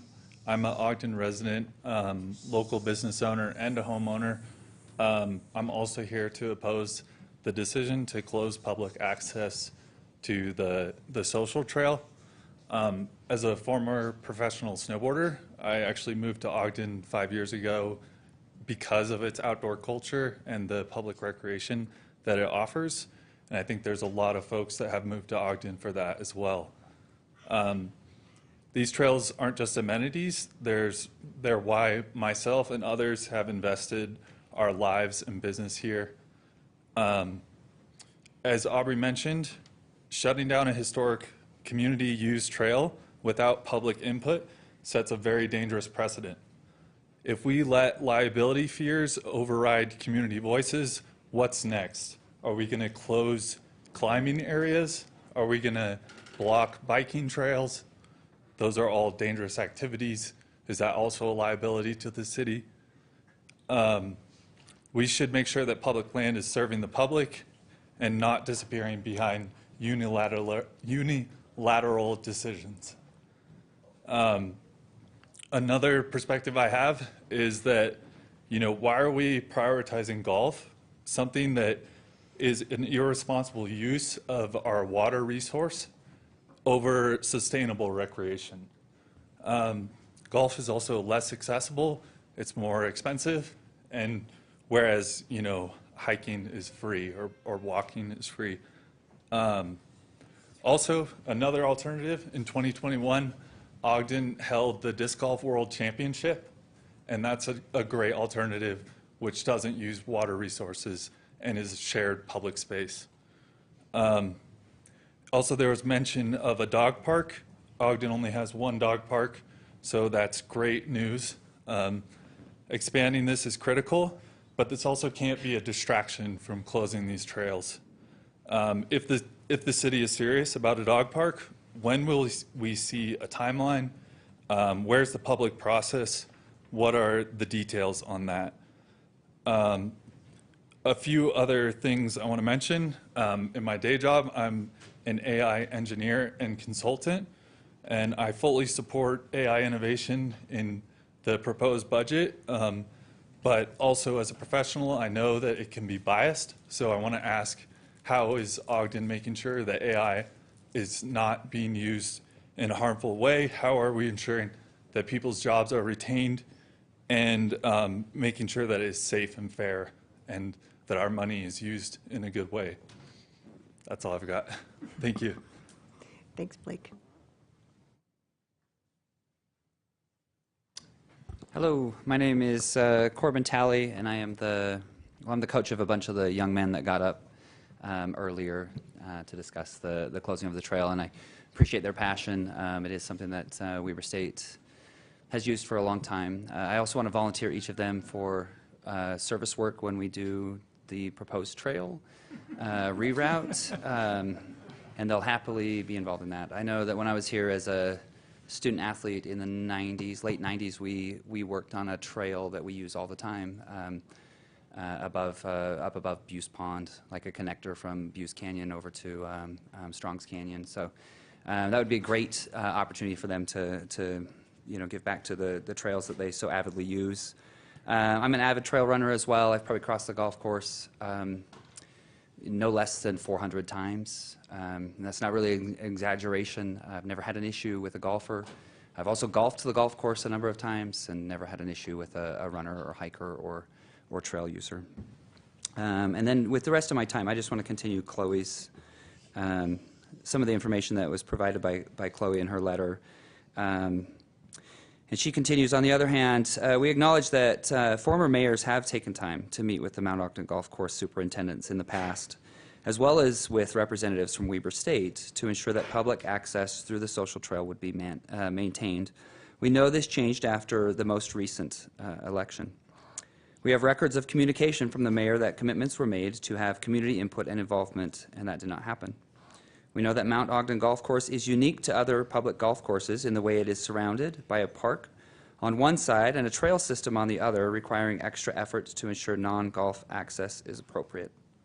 We acknowledge that in order for the community to not be more and more controlled by or limited by the decisions of a few or of one duly elected officials or by an insurance company's overreach, we expect a certain amount of resistance to overreach.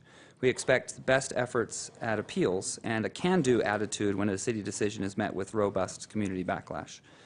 We know that there are other golf courses publicly owned in the state of Utah that have recreation trails as a part of the city-owned land. Logan River, for example, has a recreational trail on the course, has had one on the course for 32 years. Their golf pro has confirmed that there have been 0 safety incidents reported in that time and that the city and course are fully insured. Glendale is another golf course in Salt Lake that has a similar situation and operates seamlessly. Can our Ogden leadership get that done for our city? And thank you very much. Corbin.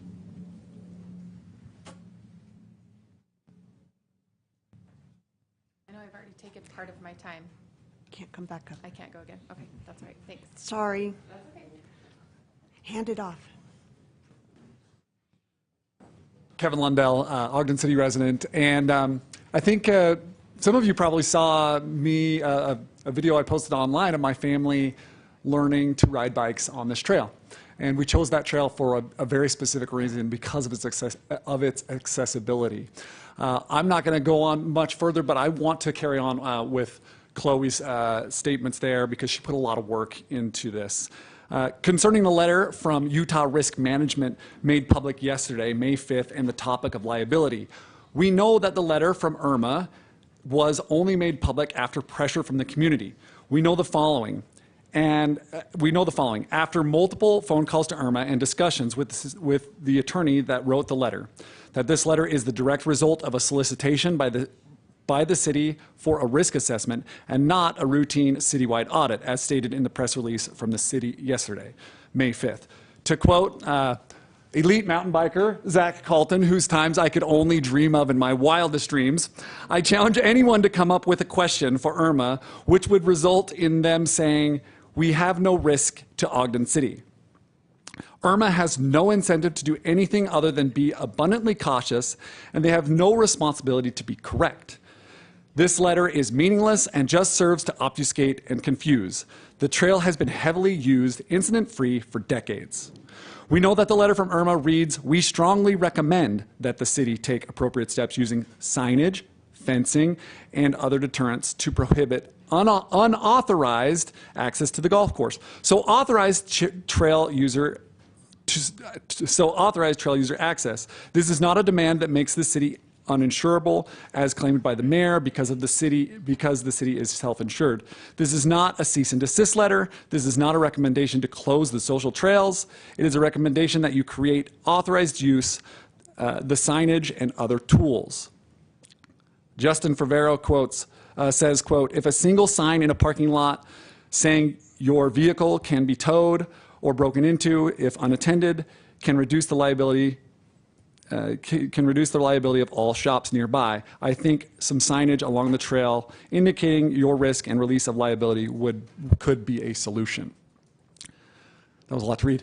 I would just like to say, look at our community, man. Everybody really came out and organized, and I think that's really impressive, and that this is a community that does know what they're talking about on these trails. And the narrative initially was pushed that the city knew what they were talking about. And I think reaching out has shown that our community members have a lot of good input, and I think we've seen that here tonight. So thank you.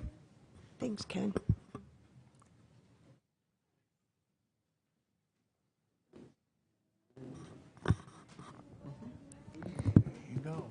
Hello, my name. Sorry. Can you grab or have somebody help her real quick? There you go. Thank you. Hello, my name is Kate Reynolds. I am a Ogden resident, and sorry. To again paraphrase, Marilee Blackham, we believe we can make the following changes to safely allow trail users to continue to utilize the trails through the golf course while also protecting the golf course, the city, and minimizing interference with golfers. Designate and authorize a route through the golf course for all foot traffic to allow that reduces or eliminates fairway crossings. There is a current route that crosses only one fairway. This trail could be the designated trail, or if needed, could be rerouted around a fairway. A green or a tee box. To avoid this crossing altogether. Over 25 years ago, Weber State track and field team took shovels and pickaxes and built a trail that connects the Bonneville shoreline to Buse Trail. The proposed or needed changes would be an effort by volunteers. Post signs indicating the approved route for all trail users. Signs can warn trail users to watch for golf balls and to yield golfers. Include crossing flags for trail users to hold while crossing. Similar to some crosswalks on city roads. Educate our trails users and golfers about safety and respecting both golfers and the golf course. Inform golfers when they need to check in at the pro shop. We have a recreation trail that crosses over the golf course. There are signs marking those areas. Do the right thing, give the trail back to us. Thank you. Thanks, Kate. Good stuff.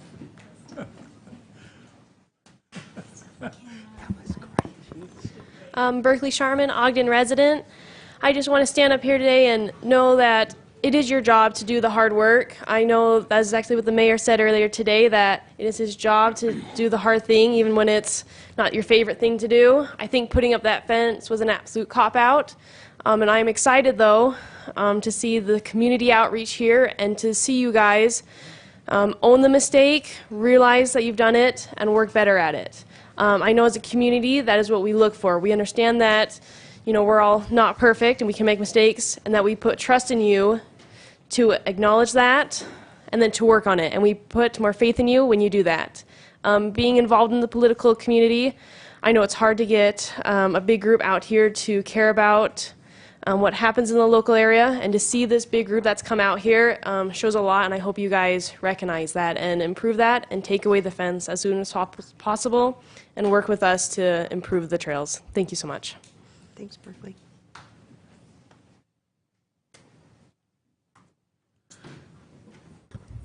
My name is LeVar Harris. I'm an Ogden City resident. I'm also on the Ogden Trails Network Committee. Not the Ogden City Trails Network Committee. This was actually on our agenda since last August, several times, to discuss the closing of these side trails that are not a part of the official Gibbs Loop. With those side trails, multiple times in the past, we have put brush on these trails. We have even put a unauthorized trail, do not use, cross X thing, revegetation area sign, posted in the ground has been removed at some point in the past. So just the option to say, hey, this is new is not. Keep in mind that the service road that everyone keeps referring to they use is actually owned by the U.S. government. It's actually the Bureau of Reclamation that owns that property there. So as any proposed opening or rerouting of it would have to make sure that we are in compliance of those property owners, the U.S. government, the Bureau of Reclamation. that own actually that road that drops down into it. Most people have seen the big 12-foot fence that, oh, it's got a gate there. That gate is actually, you know, the restricted access for the U.S. government. That has been removed by the community.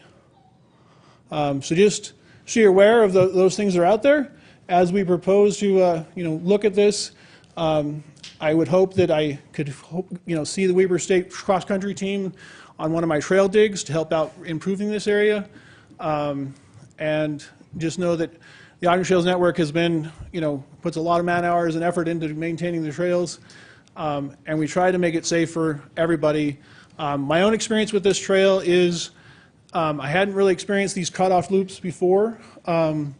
So my wife and I walked it one time. We ended up in the middle of the golf course, not sure where to go from there.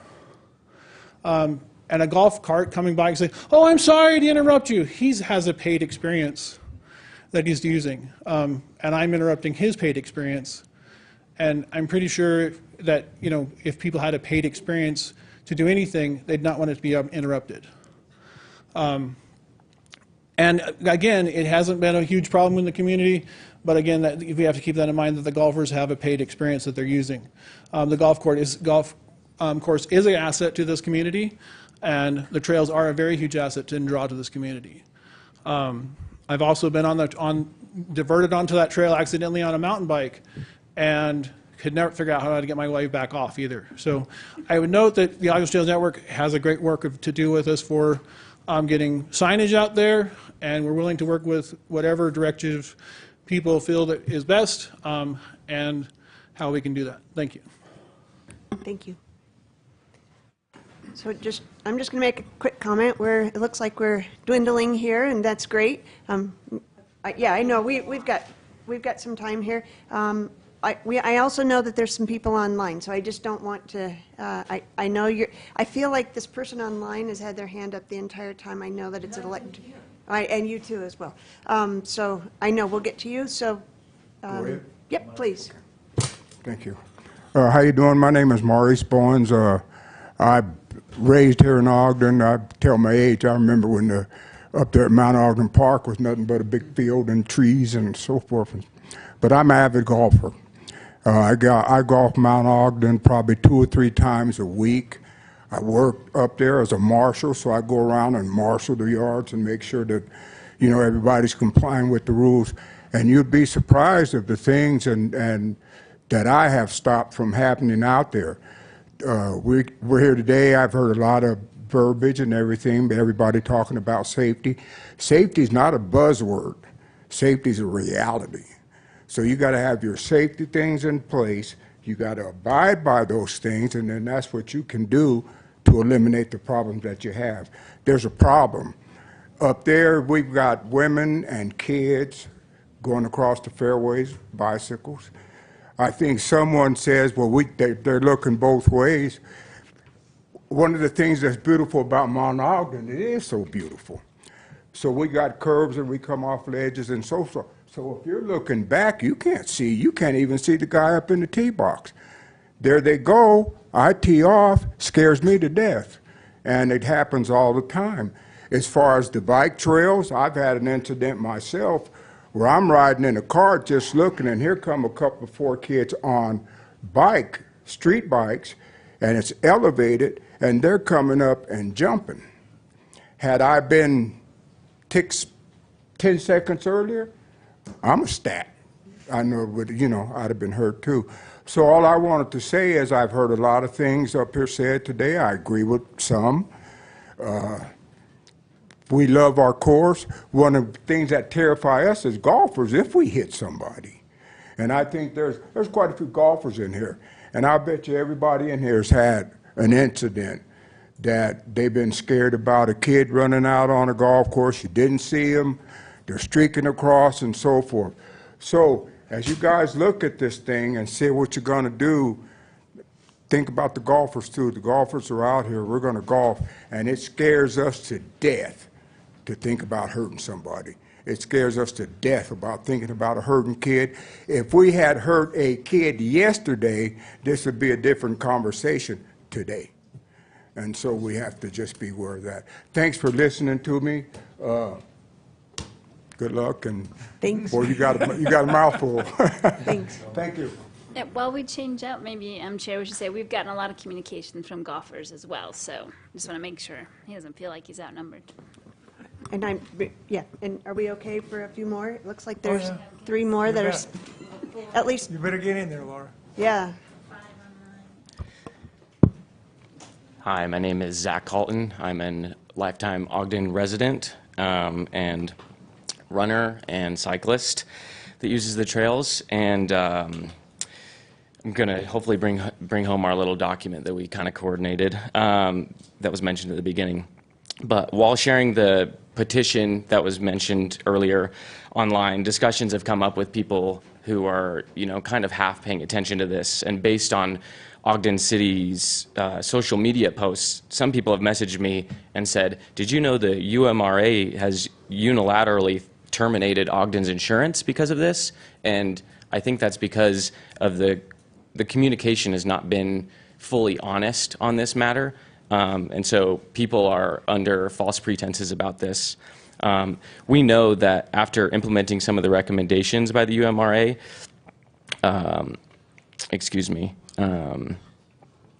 implementing some of the recommendations by the UMRA, a new request for an assessment can be made to UMRA at any time. Based on Ogden's membership in the UMRA, we know that the UMRA is a 7-person office, not a giant insurance conglomerate, as claimed by the mayor, and that a single assessor and the attorney are responsible for this letter and recommendation. This is seemingly not only a communications blunder, but potentially intended lack of transparency, because there have been outright misstatements throughout the process of gathering information.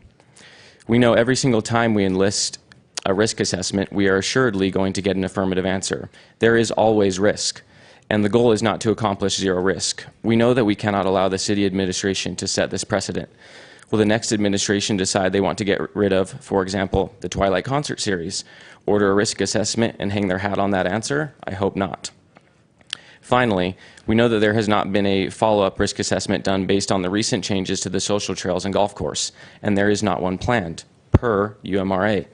There is no indication that the barriers easily pass through and restrictions currently in place or forthcoming reduce any liability. If the city is going to justify its actions based on the risk assessment, then there is no evidence that this fast-acting plan is good enough for the risk assessor until another assessment is done. The work is not done yet. There is still very much time to allocate to a better plan prior to reassessing the risks. There is time to reverse these changes and create a thoughtful plan.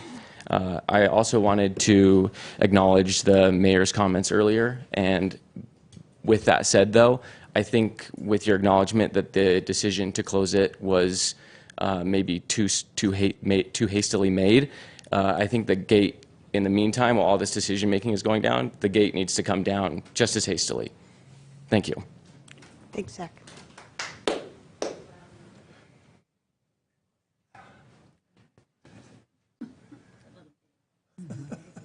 I didn't plan on this. I'm not using my son as a prop, I promise. I have just really enjoyed all of these comments. I know many of you personally, Ben. State your name real quick. Oh, yes, I'm sorry. My name is... Okay. Yep. I live in Ogden. I would be absolutely remiss if I didn't just thank Ben for your words at the outset. And it wasn't like it was felt. I felt them. They weren't just words. I need to take that opportunity to say that and to thank you. I can't remember the last time I heard a politician convey an apology like that. And I can't remember. It's probably been years. Perhaps I need to attend more city council meetings, though. Maybe it happens more regularly. But it was for lack of a better word, it was beautiful. And I just realized again how much I needed to hear that. And it has nothing to do with this issue that we're discussing, but just politics in general in life right now, in modern life. Just so refreshing to hear that and to feel that. And it was a challenge to me to own my mistakes. It was a challenge to me to be humble. And I think it's a challenge to everybody in this room and certainly to all the council members to do the same. I don't want to repeat things that have already been so eloquently said, so beautifully. You could probably go to YouTube and see other city council meetings across the country debate issues, and you could see fistfights breaking out over these kinds of passionate issues, but not here in Ogden. And the tone here is just great. It's really awesome.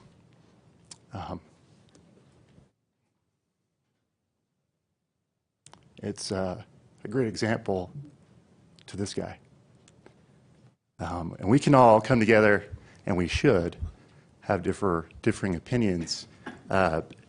This is the big lesson that I how to tackle those issues, and they will come, larger ones, even greater than this. But man, I'm just so proud to be a member of Ogden. I was proud yesterday. I'm even more proud today. I'm confident that with these really thoughtful conversations from all these community members, that and with the leadership of Ben and with your leadership, that we can come to a resolution that we can be happy about. And I take great peace in that. What else? Ben, we support you, whether one voted for you or not. We support you, and we have a love for you as fellow Ogdenites.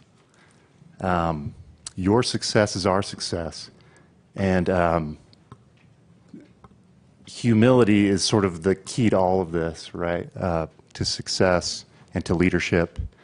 And again, whether you're, whatever your politics are, I think that's just been so missing, and I'm out of time. Thank you. Thank you.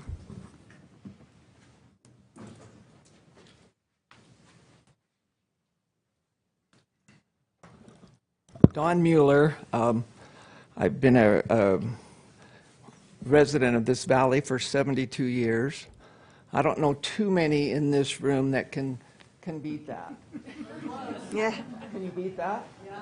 No, you can't. 73. Anyway, as you can see tonight, runners are beautiful people. They're healthy, they're hardworking, they're kind, and they're committed. It's not easy to get out there every day and run. I have a passion for the out of doors. And I didn't find running in college like they all did. I found running at 50 years old. And I get up every day and I am on the trails. I know Ben Nadolski as a fine individual. He possibly made a knee-jerk reaction, and he thought it was right. But I think that trail through the golf course has made my life what it is today.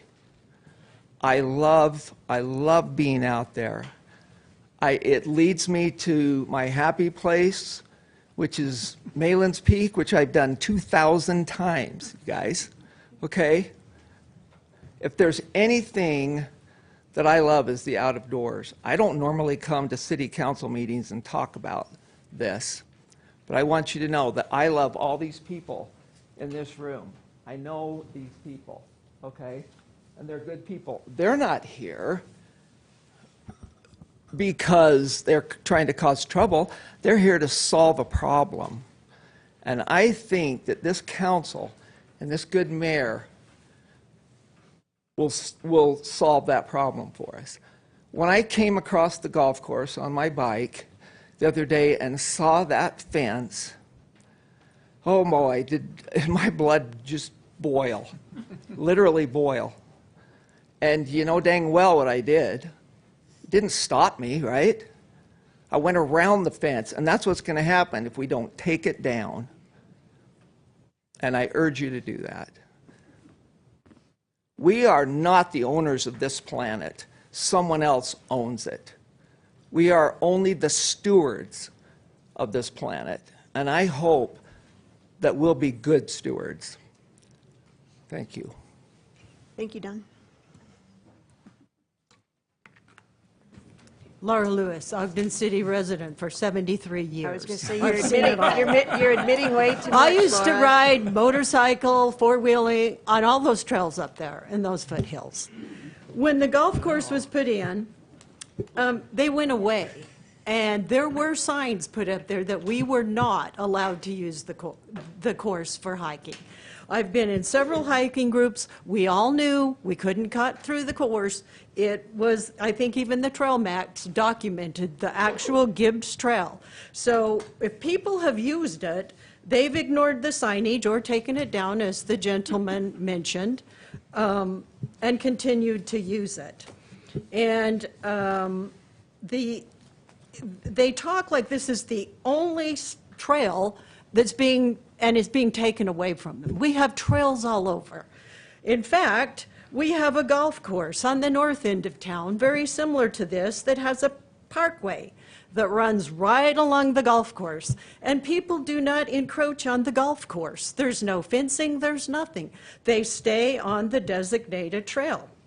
So how do you justify allowing people on one golf course and then telling these people over here, because you are going to set a precedence if you will allow this, and when does it stop? Will then El Monte people come say, well, gosh, it'd be nice if we could take a stroll up here and go there, and they do it on Mount Ogden, so we should be able to too. So there's long-term consequences of this. And this is not the whole population of Ogden. It is a small percentage. And unfortunately, maybe those other people don't know about what's going on here. But there are other trails, nice flat trails over by El Monte to run on. You can go from there clear to the mouth of Weber Canyon. And, you know, I know some want hills, some don't. But there's a selection all over those foothills of places to go. And when that golf course was designed, it was not designed to coexist with hikers. Maybe some of these other golf courses, when they were designed, were planned usage for that, to have safety zones for hikers. So I don't know that this is an apples to apples comparison when they start looking at things like that. And let's see. There was one other thing. What was it?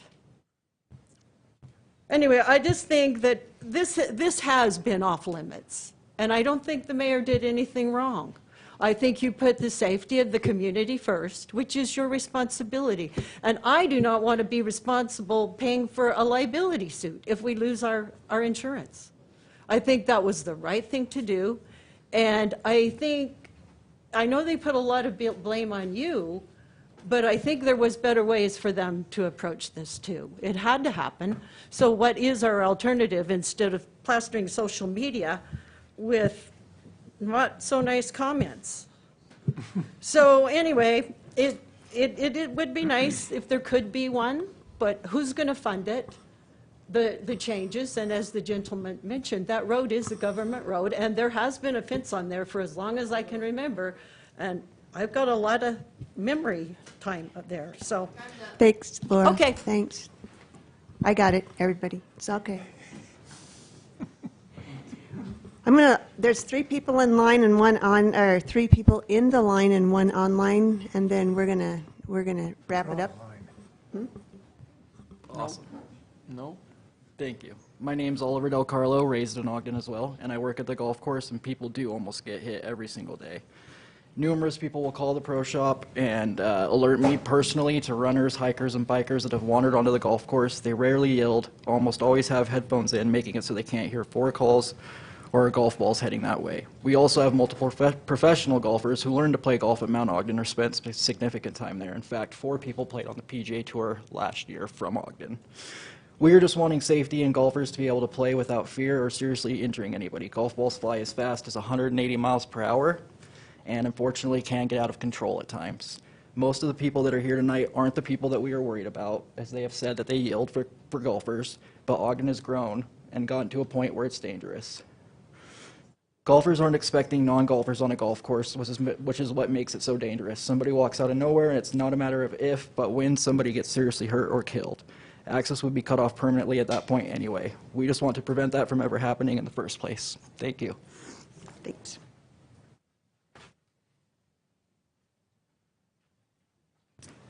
Good evening. My name is Peter Visser, and myself, like many of the fine constituents in this audience, I am a member of the Weber State cross country and track and field teams. And as part of that, I've been able to have a relatively successful career as one of the top-ranked athletes in the country. But tonight I'd like to speak to the words and the outreach of the Ogden community as we've seen tonight. It speaks prominence to the Mount Ogden Trail and its benefits to the community as it is so beloved. I'll speak succinctly here. This trail is a community institution, and it has been for decades. I speak for us all when I say that we wish our lands to remain our lands. This is not an issue of obstruction.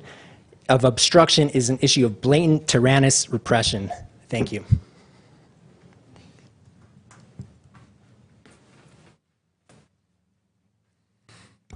Hi, Travis Pate, Ogden resident.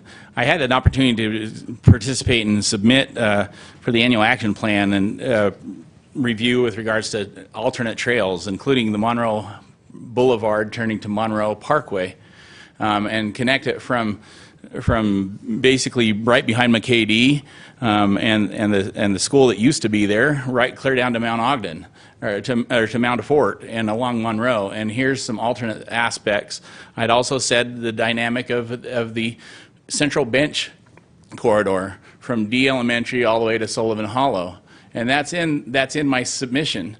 But then the city, the previous administration, spun it and said online comments. It was a planning document. We gave it to planning, and so when things are submitted to the annual action plan and it says review by administration and then submitted to council, I raised an eyebrow and said, wait a minute, I poured my heart and soul into a document only to just have it dismissed by a person from administration and then turned over to a planning document when I'm saying there's alternates in addition to the current trail system. And so I think that that's one of the things that needs to possibly come out with the annual action plan. It's like, what was submitted? Give us all of it. Don't just give us a summary. And so and I'm saying, oh, here's something that might go to HUD. Here's something that might go and get national attention for some of these ideas. And yet, just summarily dismissed. With the 2-sentence thing that I submitted it online, electronic. No, I handed it in person. And so when we're talking about communications, there is a newspaper article from 1977 that said the city is going to do as much as it can through film strips and audio cassettes and booklets into schools to teach people civil government. So far, the only person that I've seen do that is Robert H. Hinckley. And he's done it through the Hinckley School of Politics at the U. And so I applaud the chance in a media savvy world to just have a communications department. And I would emphasize that not only the communications, that the history side of things needs to be in part of that communications. Because 1977, we were ready to publish children's books and film strips and audio cassettes to educate the populace how to participate, as so many have done tonight. And yet now we actually have the means to do it at our fingertips. And so I would encourage the city to look at those things. As far as if I came in and said, I've trespassed on some property for years and years, I should have a right to it.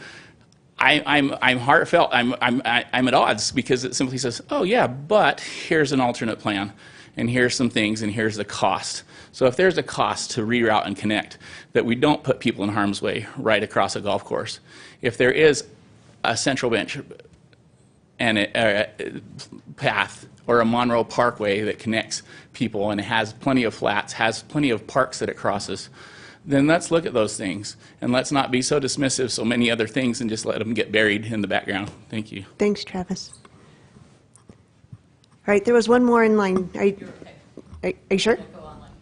Okay. All right, there's one hand online. Well, now there's 2 hands online. There's a caller ending in 267, and you hit *6. Yes. Yep, there you go. Go ahead. Hi, I'm Linda Sanchez. I haven't seen you guys for a while, so I've been a little bit taking care of business, so I appreciate the access of participating online. You know, Ben, you have always been a one for safety, and that is really your role, is to make sure that safety is first. So you've always said that. However, I do see that there's inherent risks everywhere. There's inherent risks of walking. There's inherent, even down like in the middle of town with the ball field. And just even at regular golf, like a golf course, there is inherent risk. Also, I mean, we could even go so far to say, if you have a police encounter, there is an inherent risk that your safety may be in danger. What I'd like to focus on is how we as a family community can get together. When I was living in Colorado, and probably close to where Councilman Graff was, I participated in a small, very small community college. And they were having maybe not the same situation, but they needed to reroute some trails. So they got together with the very small community college, and us students, you know, when you need to have some extra credit or something, you're more than willing to do hard labor. And sometimes it becomes a win-win for the community, and then later on you can go back up and say, hey, look, this was where I did my hard time. I just think that there is a couple of different ways that could be handled, and to, I mean, I feel like you guys use those flash votes quite a bit. I mean, to have people flash vote and maybe have people put input and have it be a community together plan. A lot like we do with like Make Ogden or something like that. I live up north, so I don't want to say that I always use the trails down south, but I can understand the frustration of really when you're just, especially now that we have all this high density, we need an outlet. Humans, packed upon humans, is a problem. And we need to be able to release those outlets and to be able to get our mental function so that we can mentally, you know, participate in society. So I really think that we could get together and actually brainstorm and actually come up with even better ideas. I even like the idea of the net. But if there is a problem that doesn't solve it, I do think that we're very intelligent people, and we're a great family community, and we can come up with great ideas. We just have to have the platform and that come together to do that. Thanks, Linda. And I thank you for my time. Thank you. You're welcome. All right, next with his hand up is Sebastian.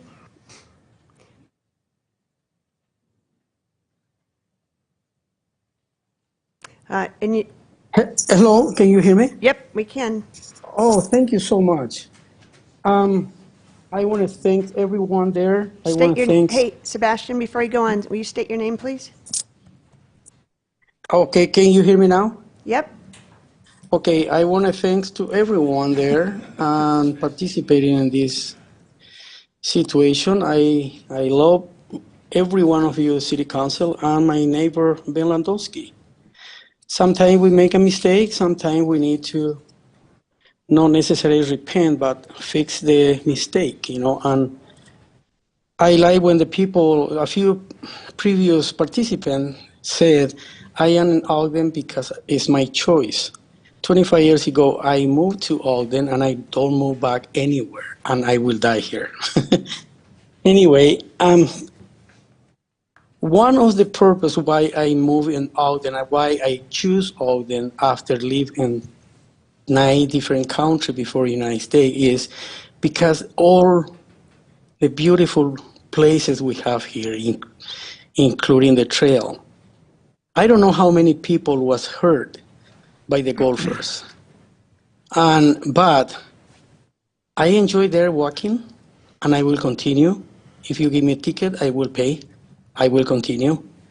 Anyway, I want to say thank you to everyone, and Ben, we love you, we support you, but we need to make some different decision about and reopen this golf and this trail or whatever, and that is my participation. And I want to thanks to Daycraft, because he stopped in my house. He told me the situation yesterday, and he is a really good help in our community too.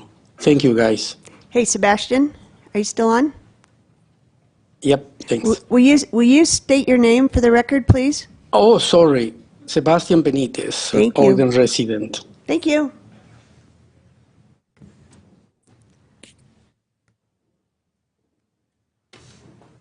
I'm just making sure.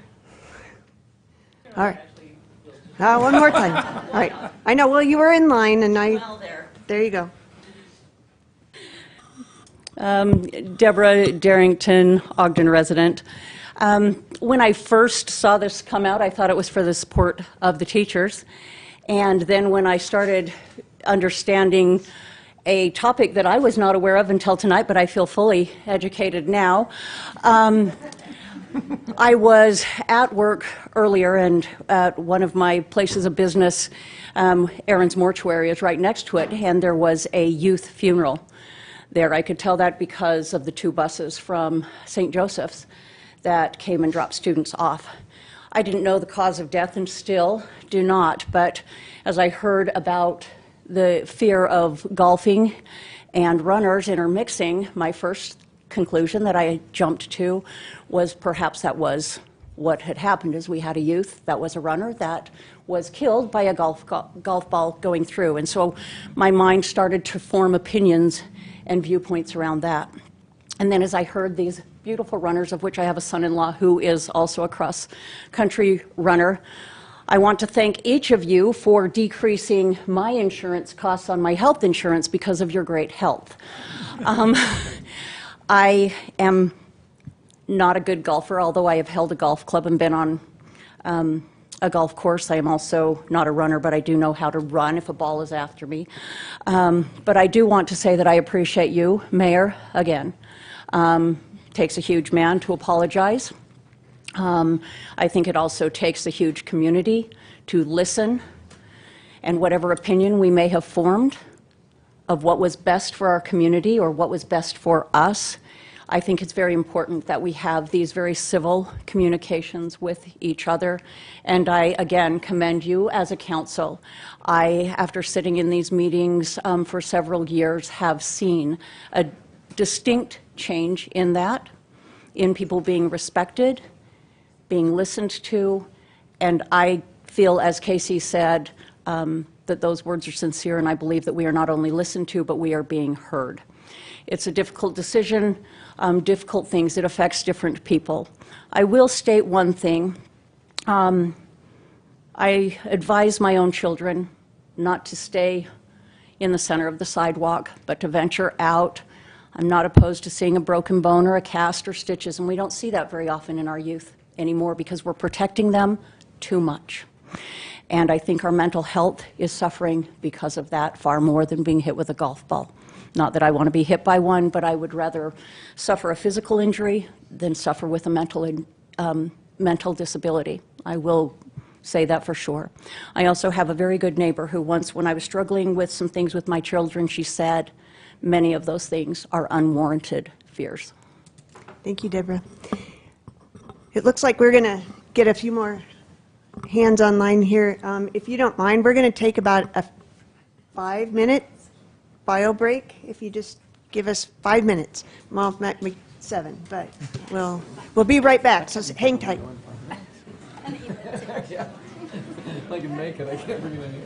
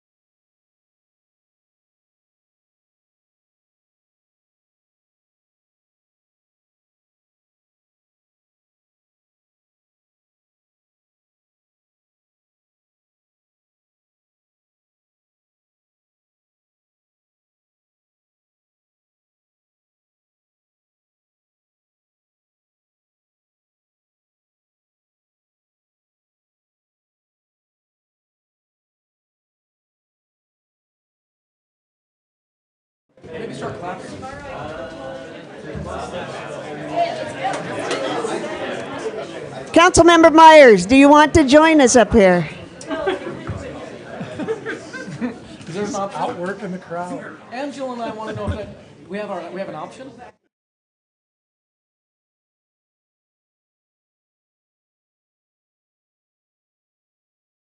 I can't see if the... We got one more.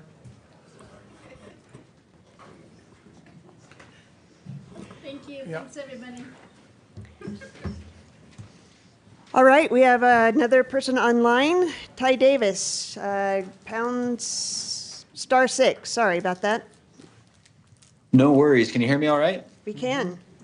Awesome. So yeah, my name is Ty Davis. I likewise am a member of the cross country and track team up at Weber State, and I just wanted to share one story that I had while running on the golf course trail. I came across presumably grandfather and his grandson, who was about 4 years old, one day as I ran past, and it was just a fun memory for me. As I ran past, he said hi to me, this little 4-year-old boy. I said hi, and then he pointed to his grandpa and said, "This is Papa." And I said, "Hi, Papa." And we all had a little chuckle and moved on. And it was just a fun little memory for me, but I wanted to bring this up because that couldn't have happened on a different trail. I think any other trail would have been a little too difficult for either the young boy or his grandfather. So yeah, this is a special trail, not only to me, but to many members of the Ogden community. So yeah, I think that's one of the things that Ogden strives for is a strong community, and getting rid of the trail would be a tragedy in that way. So we would like you to please reconsider the closure of that trail. Thank you. Thanks. All right, there is no one standing here and no more hands online. All right, at this point, I'm going to close the public comment. Sorry, Ty, that you had to wait for us, but comments from the mayor. Thank you. As a mayor, as a man, as a human being, I have got to say how proud I am of us. As much as this has sucked, the amount of feelings I've felt throughout this, because I'm human. There's neighbors out here. I felt so many emotions through this whole thing, and I genuinely have goosebumps beneath my suit because I feel so much pride in our community. This is the job I asked for. This is the job that I have the blessing and the honor to have, the good times and the bad.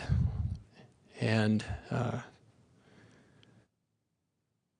want to thank Chloe for engaging in goodwill. Not happily, right? Upset at times, feeling emotions, but still expressing things. Thanks for being a good person.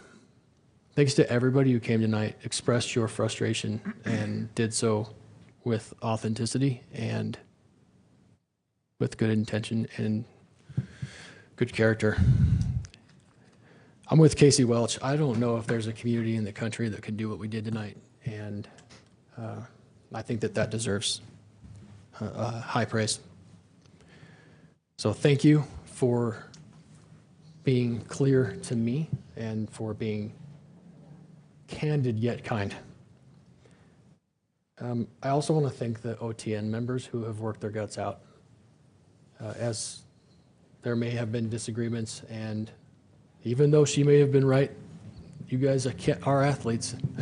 That was a funny story. They are also volunteers that are giving of themselves too. And I want to say that as the mayor, they say it's a lonely job, and I can attest to you that it can be, but it usually isn't. But the funny thing is, and the irony is, I weigh risk every day. I do make decisions every day, and you've put me here to do that. That's my job. It's my responsibility, and I owe the consequences. I own them solely. But I wondered if there's some irony because I push back against legal so much. mean, early in my tenure, it was pretty hard, wasn't it, Gary? I'm the decider, you're the advisor, right? And so I have spent a lot of time and a lot of energy pushing back on legal, pushing back on risk. Tell me what the risks are so that I can make a decision. And I know that the staff that have been in the room and heard it time and time again have got to be kind of laughing about it, because I want to assure you guys that I don't just jump at risk. I don't just do what lawyers tell me. I don't just take it for what they say, and there's no more discussion from there.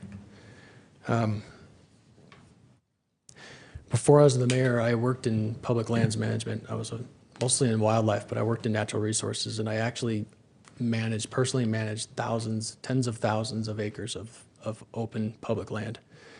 In my career, I'm responsible for securing in perpetuity thousands and thousands of acres of land for our people. This is a subject that actually means a great deal to me, you guys. You might think I'm a golfer because I had an event where I was trying to support a small business around the same time. I'm actually a horrible golfer. I do it 2 or 3 times a year because I do enjoy it. I enjoy it for more than the game. I enjoy it because I'm out in the mountains. But much more fundamental to that is I'm an avid trail user. I'm actually an avid, well, I don't know if I'd call myself an avid runner, but I run 2 or 3 days a week minimum. And I lift a couple times a week to try and stay healthy. I've raced mountain bikes. I credit triathlon and Ironman triathlon and off-road Xterra triathlons that we host and mountain bike racing with saving my health. I was 265 pounds when I was done playing football at Weber State. And I went down to 185 pounds as an Ironman triathlete at one time. And I'm somewhere in between now. But I want you guys to know that I'm an avid user too, and I know the value of these things. When I bought our house, I remember, my wife will remember, it was a snowy day when the realtor was showing us the home. And I said, I got to go check out the trail. And I went up there and I couldn't believe how starkly quiet it was in the snow. And it was that moment that I decided that we were buying that house. And it was because of the trails. It's because of the open space. When I made this decision, I didn't make it lightly. And I don't necessarily think I made the decision in error, but I do think we made the decision to how we proceeded in error. You see, that we're not hiding from the fact that we asked for the opinion. The way IRMA works for us is they are our risk council. They are our risk pool, of which we're a member amongst other cities. And their attorneys defend us in trial and litigation. They don't just advise us. We rely on these attorneys all the time on all matters. I don't know how many lawsuits we have, but we are sued often, you guys. It's a common part of municipal governance. We are sued, we litigate, we defend, and we make decisions every day to measure risk. And I'm happy to say that I've made a lot of decisions that you guys don't know about, because the risk decision and the balance decision that I've made has not affected your lives. And I hope it stays that way.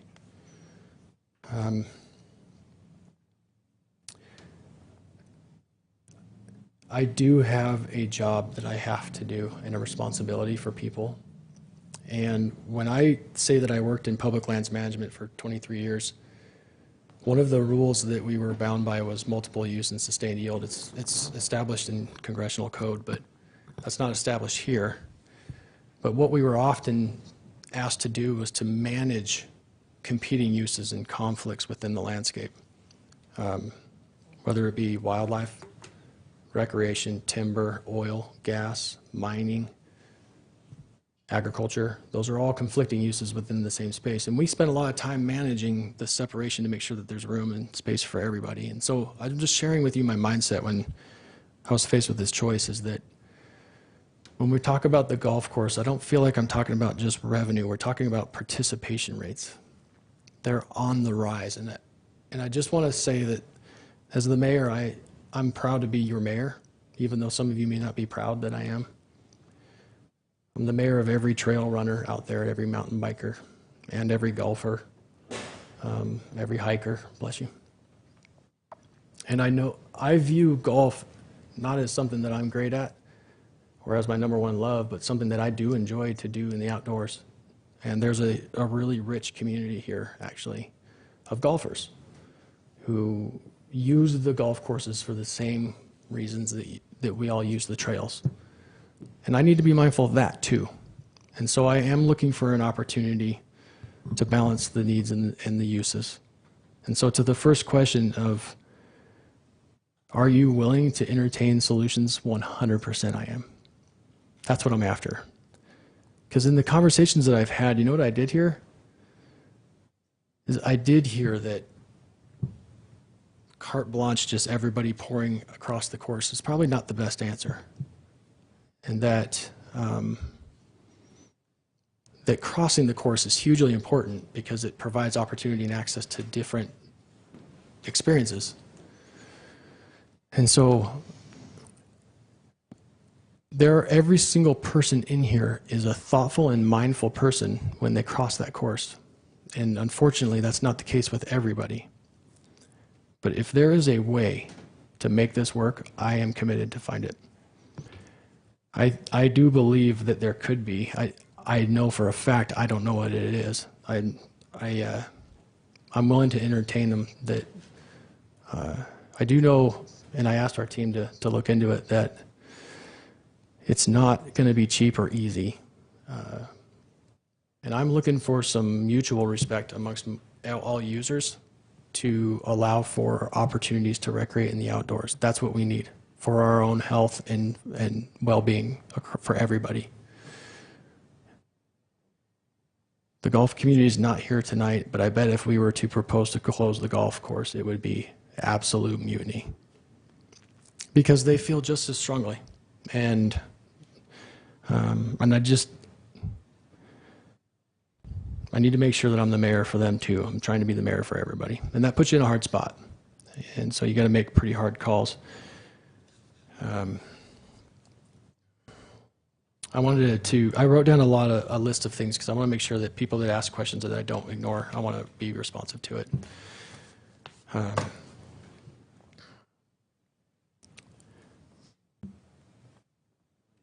The dog park, the question about the dog park. We said that we are looking to evaluate options. We haven't made any decisions on that. We felt like that was something that would do well from community input. So there is no plan for any specific location or plans for construction. Grandma requests for records. We don't have a database for people hit by golf balls. So if we don't have a response, I don't know if there's a non-response or if we just didn't have anything to provide, but I'll look into that and see if we can find where that submission is and see if we can get a response back to who that supplied that.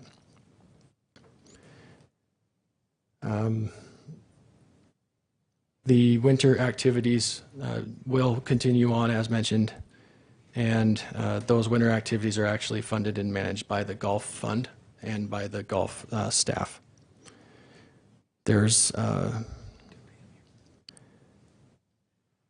We have 78,000 rounds of golf a year that happen here in Ogden. And so I'm just trying to share the point that there's a whole community of people that enjoy the outdoors in different ways.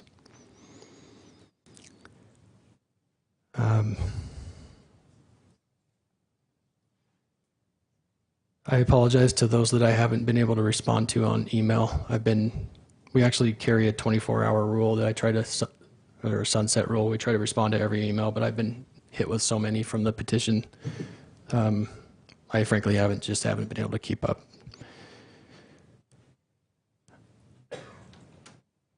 I've learned a lot in this job. I've learned a lot in this decision. I've learned a lot in this night and this evening together. The thing that I learned the most of is that there's room for growth, that there's room for everyone. I think that there could be room for a solution here. I think that the discussions that we've had together have been so constructive, and the input so strong and constructive that I want you guys to know that I am on board for a solution. also want you to know that I don't know what it is by myself. I want you to know that I'm willing to commit our staff and our team and our resources to help find it. And I want you to know that I'm willing to do it collaboratively and collectively. I also want to say that I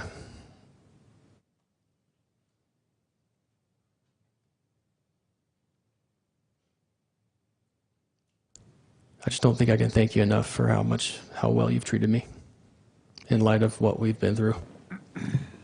This is a moment of humility, and I just want to thank you all for the grace that you've extended to me. I promise I'm going to always try and be the best mayor I can possibly be. And I'm going to make the best decisions that I possibly can. The questions of risk are hard, and I promise I didn't arrive at this lightly. But I do know that I didn't handle it well enough, that's for sure. I accept the offers for help. I accept the offers for ideas.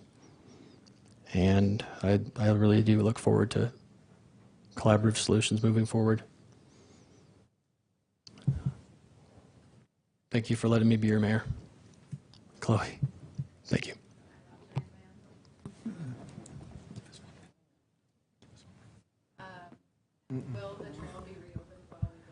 Yeah, you can't ask any more questions tonight. So, Sorry, Chloe. I have to say that we are in an incredibly vulnerable position as a city. That as a mayor, I don't think I could live with myself if someone got hurt or if I exposed our people to the financial risk that I have come to know. But we can very quickly get to a solution. And I do think the solution exists. I just don't think it's going to be cheap. I'm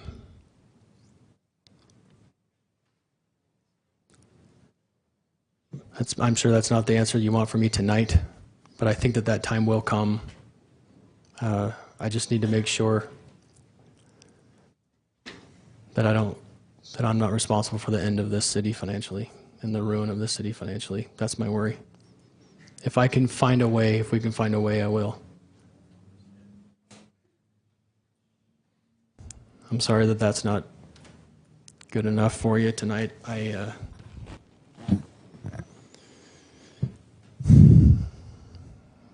I know the consequences of my decisions. Thank you. Thanks. Comes from the council members. Oh, yeah. Well, yeah, sounds like he's got a list, but I just want to say thank you so much for everyone for coming, and thank you, Mayor, for your thoughts. And I just want to say, as a council member, we're certainly responsible for the city and its financial health. So we are supportive of looking at these solutions and making sure that we're protecting people. I'm speaking for myself, I should say. We want to make sure that everybody's safe, and I appreciate that the administration is willing to talk with the community to come up with some good solutions, some innovative solutions. And I think as a council member, I would support, depending on what the budget would be for the solution, I'd be happy to support that. But I just want to thank everybody for coming. I'll go. I don't usually speak, so I've saved up my 3 minutes. Brace yourself. This is going to be a while. First of all, I would like to commend the mayor for his leadership. It takes a strong leader to share in the successes of when there's successes, he shares those, and when there's blame to be had, he takes it himself, and that's admirable, and I respect that he's willing to do that. So I appreciate that. I appreciate that a lot. I'm glad that somebody else, and I don't know why, but I will. I don't know why I'm going to get teary-eyed, but I will. I am glad, I can't remember who it was that got teary-eyed earlier. Casey, you're not alone. I just won't look at height. I'll be good. We've talked a lot about coaching and being involved with our youth, and I honestly could not be more proud today to watch some of my youth, some of the kids that I helped mentor and coach.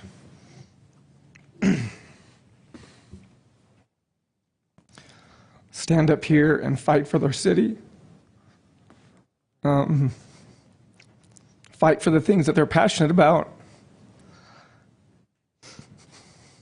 And do it in a respectful tone, and do it in a sense of finding compromise and being willing to work together. I was so proud, so proud. A little astonished, but I was a lot more proud. I've learned some things over the last couple days, and I'm just going to try to share some of those things that I've learned. First of all, I will say I've never been hit by a golf ball as a runner. I feel like there's multiple people here that consider themselves a runner and a golfer, and I feel like I'm both. I've never been hit by a golf ball as a runner. I've been hit by a golf ball numerous times as a golfer, numerous times. And to be honest, not one of them apologized. Never. So I understand there's liability, but I don't think if I put on running shorts and Nike running shoes that makes me a bigger target just because I'm a runner. It doesn't. And I don't believe that our liability changes if I'm a runner or a golfer. If I'm on the golf course and I get hit, it happens. And I understand that. Other things I've learned, I believe, and first of all, I've been here longer than anybody. So if there's blame to be had, I'll take it too. I'm not pointing fingers at anyone. I believe we missed an incredible opportunity. I believe we as the city missed an opportunity to engage a very passionate and a very knowledgeable and a very willing group to work through a hard issue. I can only imagine what could have happened had you all been invited or had you all been asked to participate 6 months ago. I think the outcomes could have been so much different, and I hope that opportunity hasn't been fully missed. I hope we can still find a way to work together and find a way to harness all of your positive energy and all of your passion and all of your willingness to create a better solution, because I know I've been talking to the same 5 people or same 10 people for the last 3 months when this has been mentioned, and I haven't come up with a great solution yet. But I've heard a lot of them tonight, so I applaud your willingness to come and to be engaged and to find common ground. I agree, and again, I'm not putting blame on anyone. I just believe our communication to our residents could have been handled so much better. Not only what we wanted to do, but why we were doing it. And I feel had we shared that earlier, again, I feel things could have been changed. Things could have changed and things could have been, I think we could have handled this a lot better. I agree, and I can't remember who said it. I think it was Greg Hyde said, Mount Ogden has some problems. Mount Ogden has some areas that need to be addressed, right? The tee boxes are always going to be a problem. They're not big enough, and it's hard to move the tees back and forth. And a lot of people use irons off the tee, which takes a divot and it's harder to patch. I get. That's just one, right? Nobody likes to go up there and lose 10 golf balls. That's another one. Nobody likes to go up there and get poison ivy. There's another. I mean, there's lots of things we can do to fix up Mount Ogden, and we have. And I commend Todd for the things he's done up there. It's wonderful, and I couldn't be more proud that that golf course is busy all the time.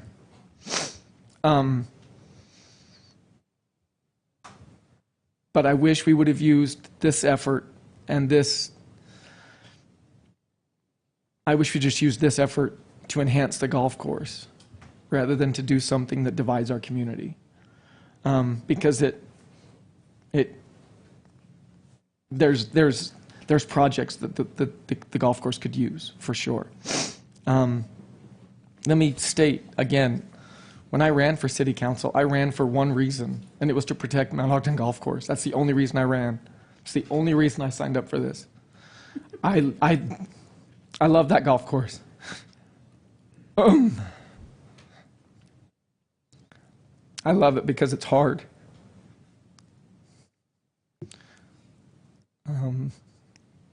There was a time in my life when I moved out west and I realized golf's golf, right? You tee off, you put the ball in the fairway, you put the ball in the green, then you put the ball in the hole. That's golf. If you can accomplish that, you can play golf and you can be good at it. It's harder to do at Mount Ogden than anywhere else. It's hard. And running's the same thing. You put one foot in front of the other. The more you do it and the faster you do it, the better you are, the farther you can go. It's harder to do it on the trails than it is anywhere else. It's harder to do it here than it is in Syracuse or Clinton or West Point or wherever it is that you go that's flat. It is. And when I lived out west, I couldn't wait to get back. Because that golf course and those trails taught me how to be accountable. When you're running, no one knows if you stop. No one knows if you walk up a hill, but you know. No one knows if you hit the ball in the weeds, if you just drop another one and play it, but you know. That's where I learned accountability, is right there. I've always said, people that cheat never get better because you constantly have to keep cheating. You'll never improve. And it was at Mount Ogden and on the trails that I learned that. That's where you learn to hold yourself accountable and to try to get better every day. I think it was Heath that said this, and I wholeheartedly agree. I think we missed an opportunity as a city to post signs, to have signs everywhere.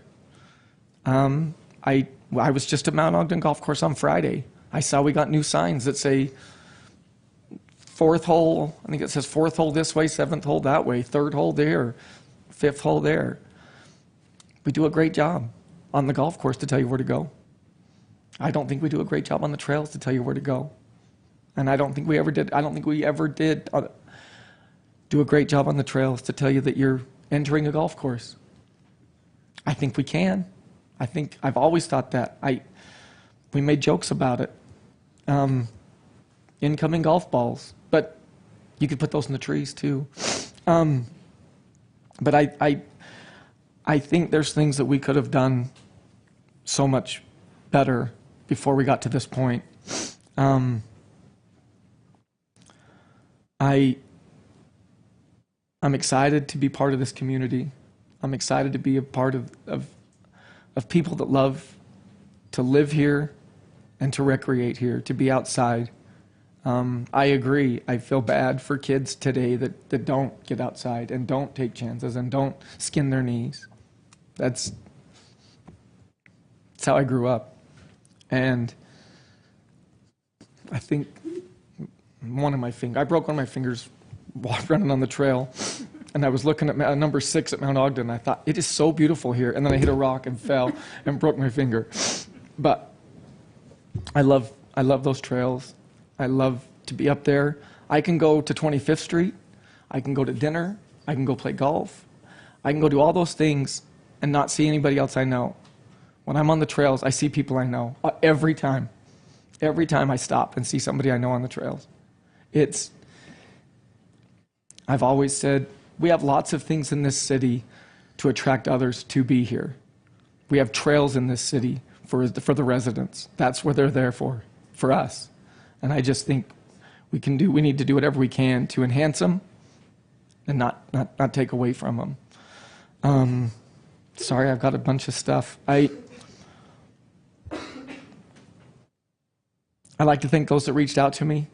I joked on Saturday. I thought, well, I'll go see if I can talk to some people. Maybe I can kind of see.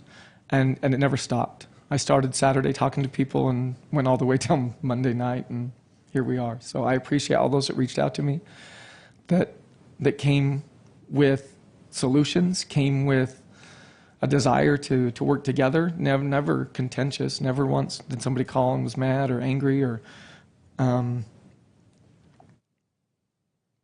belittled anybody. They were all very respectful, and I appreciate that. But I am proud, just like the mayor is. I am proud of everything that was said here tonight. I'm proud to be a member of this community. Someday, I won't be on the city council. But I won't love this city any less.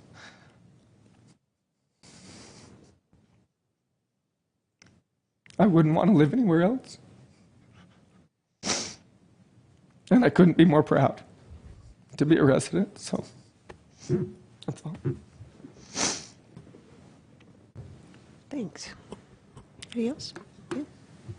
Yeah, I'd just like to commend everybody in this room tonight that spoke, everybody that took the time to email, and especially those that spoke tonight. To step to that podium is not an easy thing to consider doing, but you did it with class. You were prepared. You brought solutions, and you brought acknowledgments of things that work well.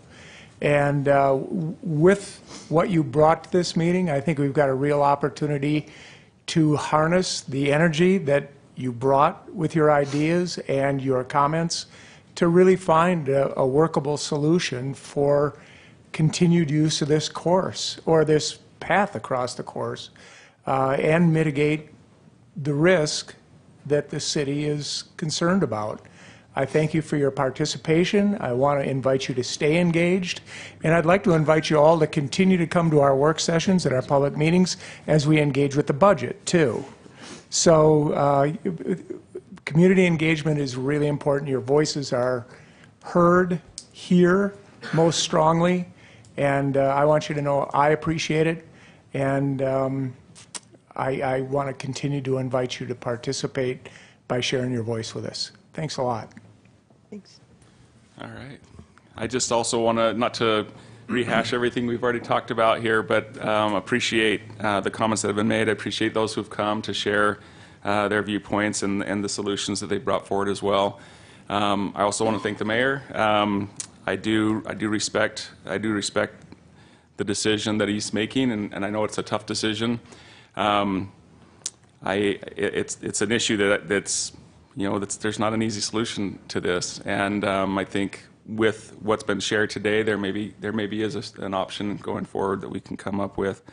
I would love the idea of some additional compromise discussions and ways to maybe still have access to certain things there. I've never run that trail. I do a lot of trail running, and maybe I could be a better runner if I ran that section, maybe. But I do know there are a lot of great trails in the city. I know there's a lot of flat trails in the city and canal roads and other things that can be used. But I also understand and appreciate a trail that's been accessed for 20 plus years, or an area that it's hard to say goodbye to something like that. But while we work through that, as the administration works through that, I hope that we can be respectful and figure out a way to move forward. So. Also respect to Dawn. I'm coming. I don't have 2,000. One day, maybe one day, I can get to Mainland's 2,000 times. Chair, can I provide one more comment before we're done So today? Mayor, I think maybe there's some things out that we've all said that maybe there's some going forward points, and maybe you have some ideas. I don't want to fully commit tonight. I want to get some advice on this, and I'd like to work with Chloe on an idea. But one of the things that I heard when we were having all these discussions is that I think there's a lot of risk around just people going anywhere and everywhere around the course. And this is one of the things that when Chloe and I sat and talked, we recognized a difference in the way we were communicating about just carte blanche anybody anywhere and everywhere at any time is one thing, and crossing the course is another, right? And so I'm just sitting here listening and thinking, I don't have to have this all or nothing. What this thing has done for all of us is it's forced all of us to really scrutinize this. And if there's a commitment in the community to be more mindful around when we're crossing and how we cross, I'm just wondering if there's a way to minimize the risk enough while we go after the ultimate solution. If we can all agree together that we're going to work together and honor and respect one another, and that we're not going to, you know what I mean? I feel like there's an opportunity here that I don't want to miss, and so I don't want people to leave here and think that that's lost on me. Well, I said in the comments that I weigh risk and I make decisions with measured risk every day. I'm willing to do that. I'm open-minded to that. It just hit me when I was forced with the question of, like, will you open it? It's like, there's just a human nature where you feel like you're in this all or nothing, black or white, yes or no, and it's like, well, it's way more nuanced because the conversation that we've had is people. And so is there an ultimate solution that might be costly and take a while to plan out and build out and find funding for? Maybe. But maybe there's a way that we reduce the risk enough to find ways that we recreate, but we have to do that together, and it's going to take some commitment. So that's something that I want to look at, and I don't know if there's options like that out there, but if there is, I want to see if we can find that. So I just want you guys to know that I'm not a no. I'm a maybe. Can we figure that out? So that's where I'm at, if that's okay. Okay, thanks. Hey, Chair, I just have one other, just to show that I can talk without crying. My daughter just sent me a text. We have a saying in our house. 3 minutes are way up. I'm not, no. This is over. He's doing it for the whole year. Yeah, this is it. Okay. I won't speak again. But we have a saying in our house, and we've always had it, and she just sent me a text, and I think it's funny. It says, there's nothing a walk can't fix. And that's how we grew up. We grew up, and whenever there was something in our family that you bomb a test, you'd have a bad day at work, we always got on the trail and we went for a walk. And I just appreciate everybody using the trails, and I believe that. I believe there's nothing that those trails and that backdrop and that scenery can't fix. So. Yeah, and thank you for all your comments, and thank you for being here and taking your time. And there's other issues that are also on the trail. I watched a woman and her dog the other night walk up the trail, first hole, while the golfers were teeing off. So we've got some other issues, not just the trail access as well. So I think that, to your point, Mayor, when we start to think about what is a trail and what is access and how do we do that. So I do appreciate everything that was said tonight, and but there's some other bigger issues that, and I saw it in the letter from Irma as well. So, any other comments? Chair, I do have a thing to say if since even I'm not here. Oh, sorry. Can you hear me? Yep. It's really hard to make comment when you're not present in the chambers, but I just do want to thank everybody that came tonight, and for the decorum and the respect. It was a meeting that should go down in the ages. I also do think, though, that I agreed with most of the things that I heard. I was never a coach, but I did spend a lot of time working for the Boy Scouts of America and mentoring young men that way. And you know what? It doesn't hurt if, it's a good thing when kids get their knees scraped or break their wrist or some of those kind of things. It builds character. That's a little different, though, than getting hit in the head with a 150-mile-an-hour golf ball. So I want to make sure that there is a distinction between the amount of risk that different things subject you to. And I also kind of want to ask everybody that's there that, you know what, the decision that ultimately may be made, you might not like it 100%. And that's probably, if there's a compromise, that's usually the way it works out. But anyway, let's come together after all this and be the community that I think we are. But thank you again for all of your respect and your comments that are very thoughtful. So thank you. And Vice Chair Heyer, you can't see, but many of them are still in the chamber, so that doesn't happen very often either. All right. Motion to adjourn. Motion to adjourn? Second. We have a motion by Councilmember Ritchie, second by Councilmember Myers to adjourn. This is a voice vote. All in favor? Aye. Aye. All right.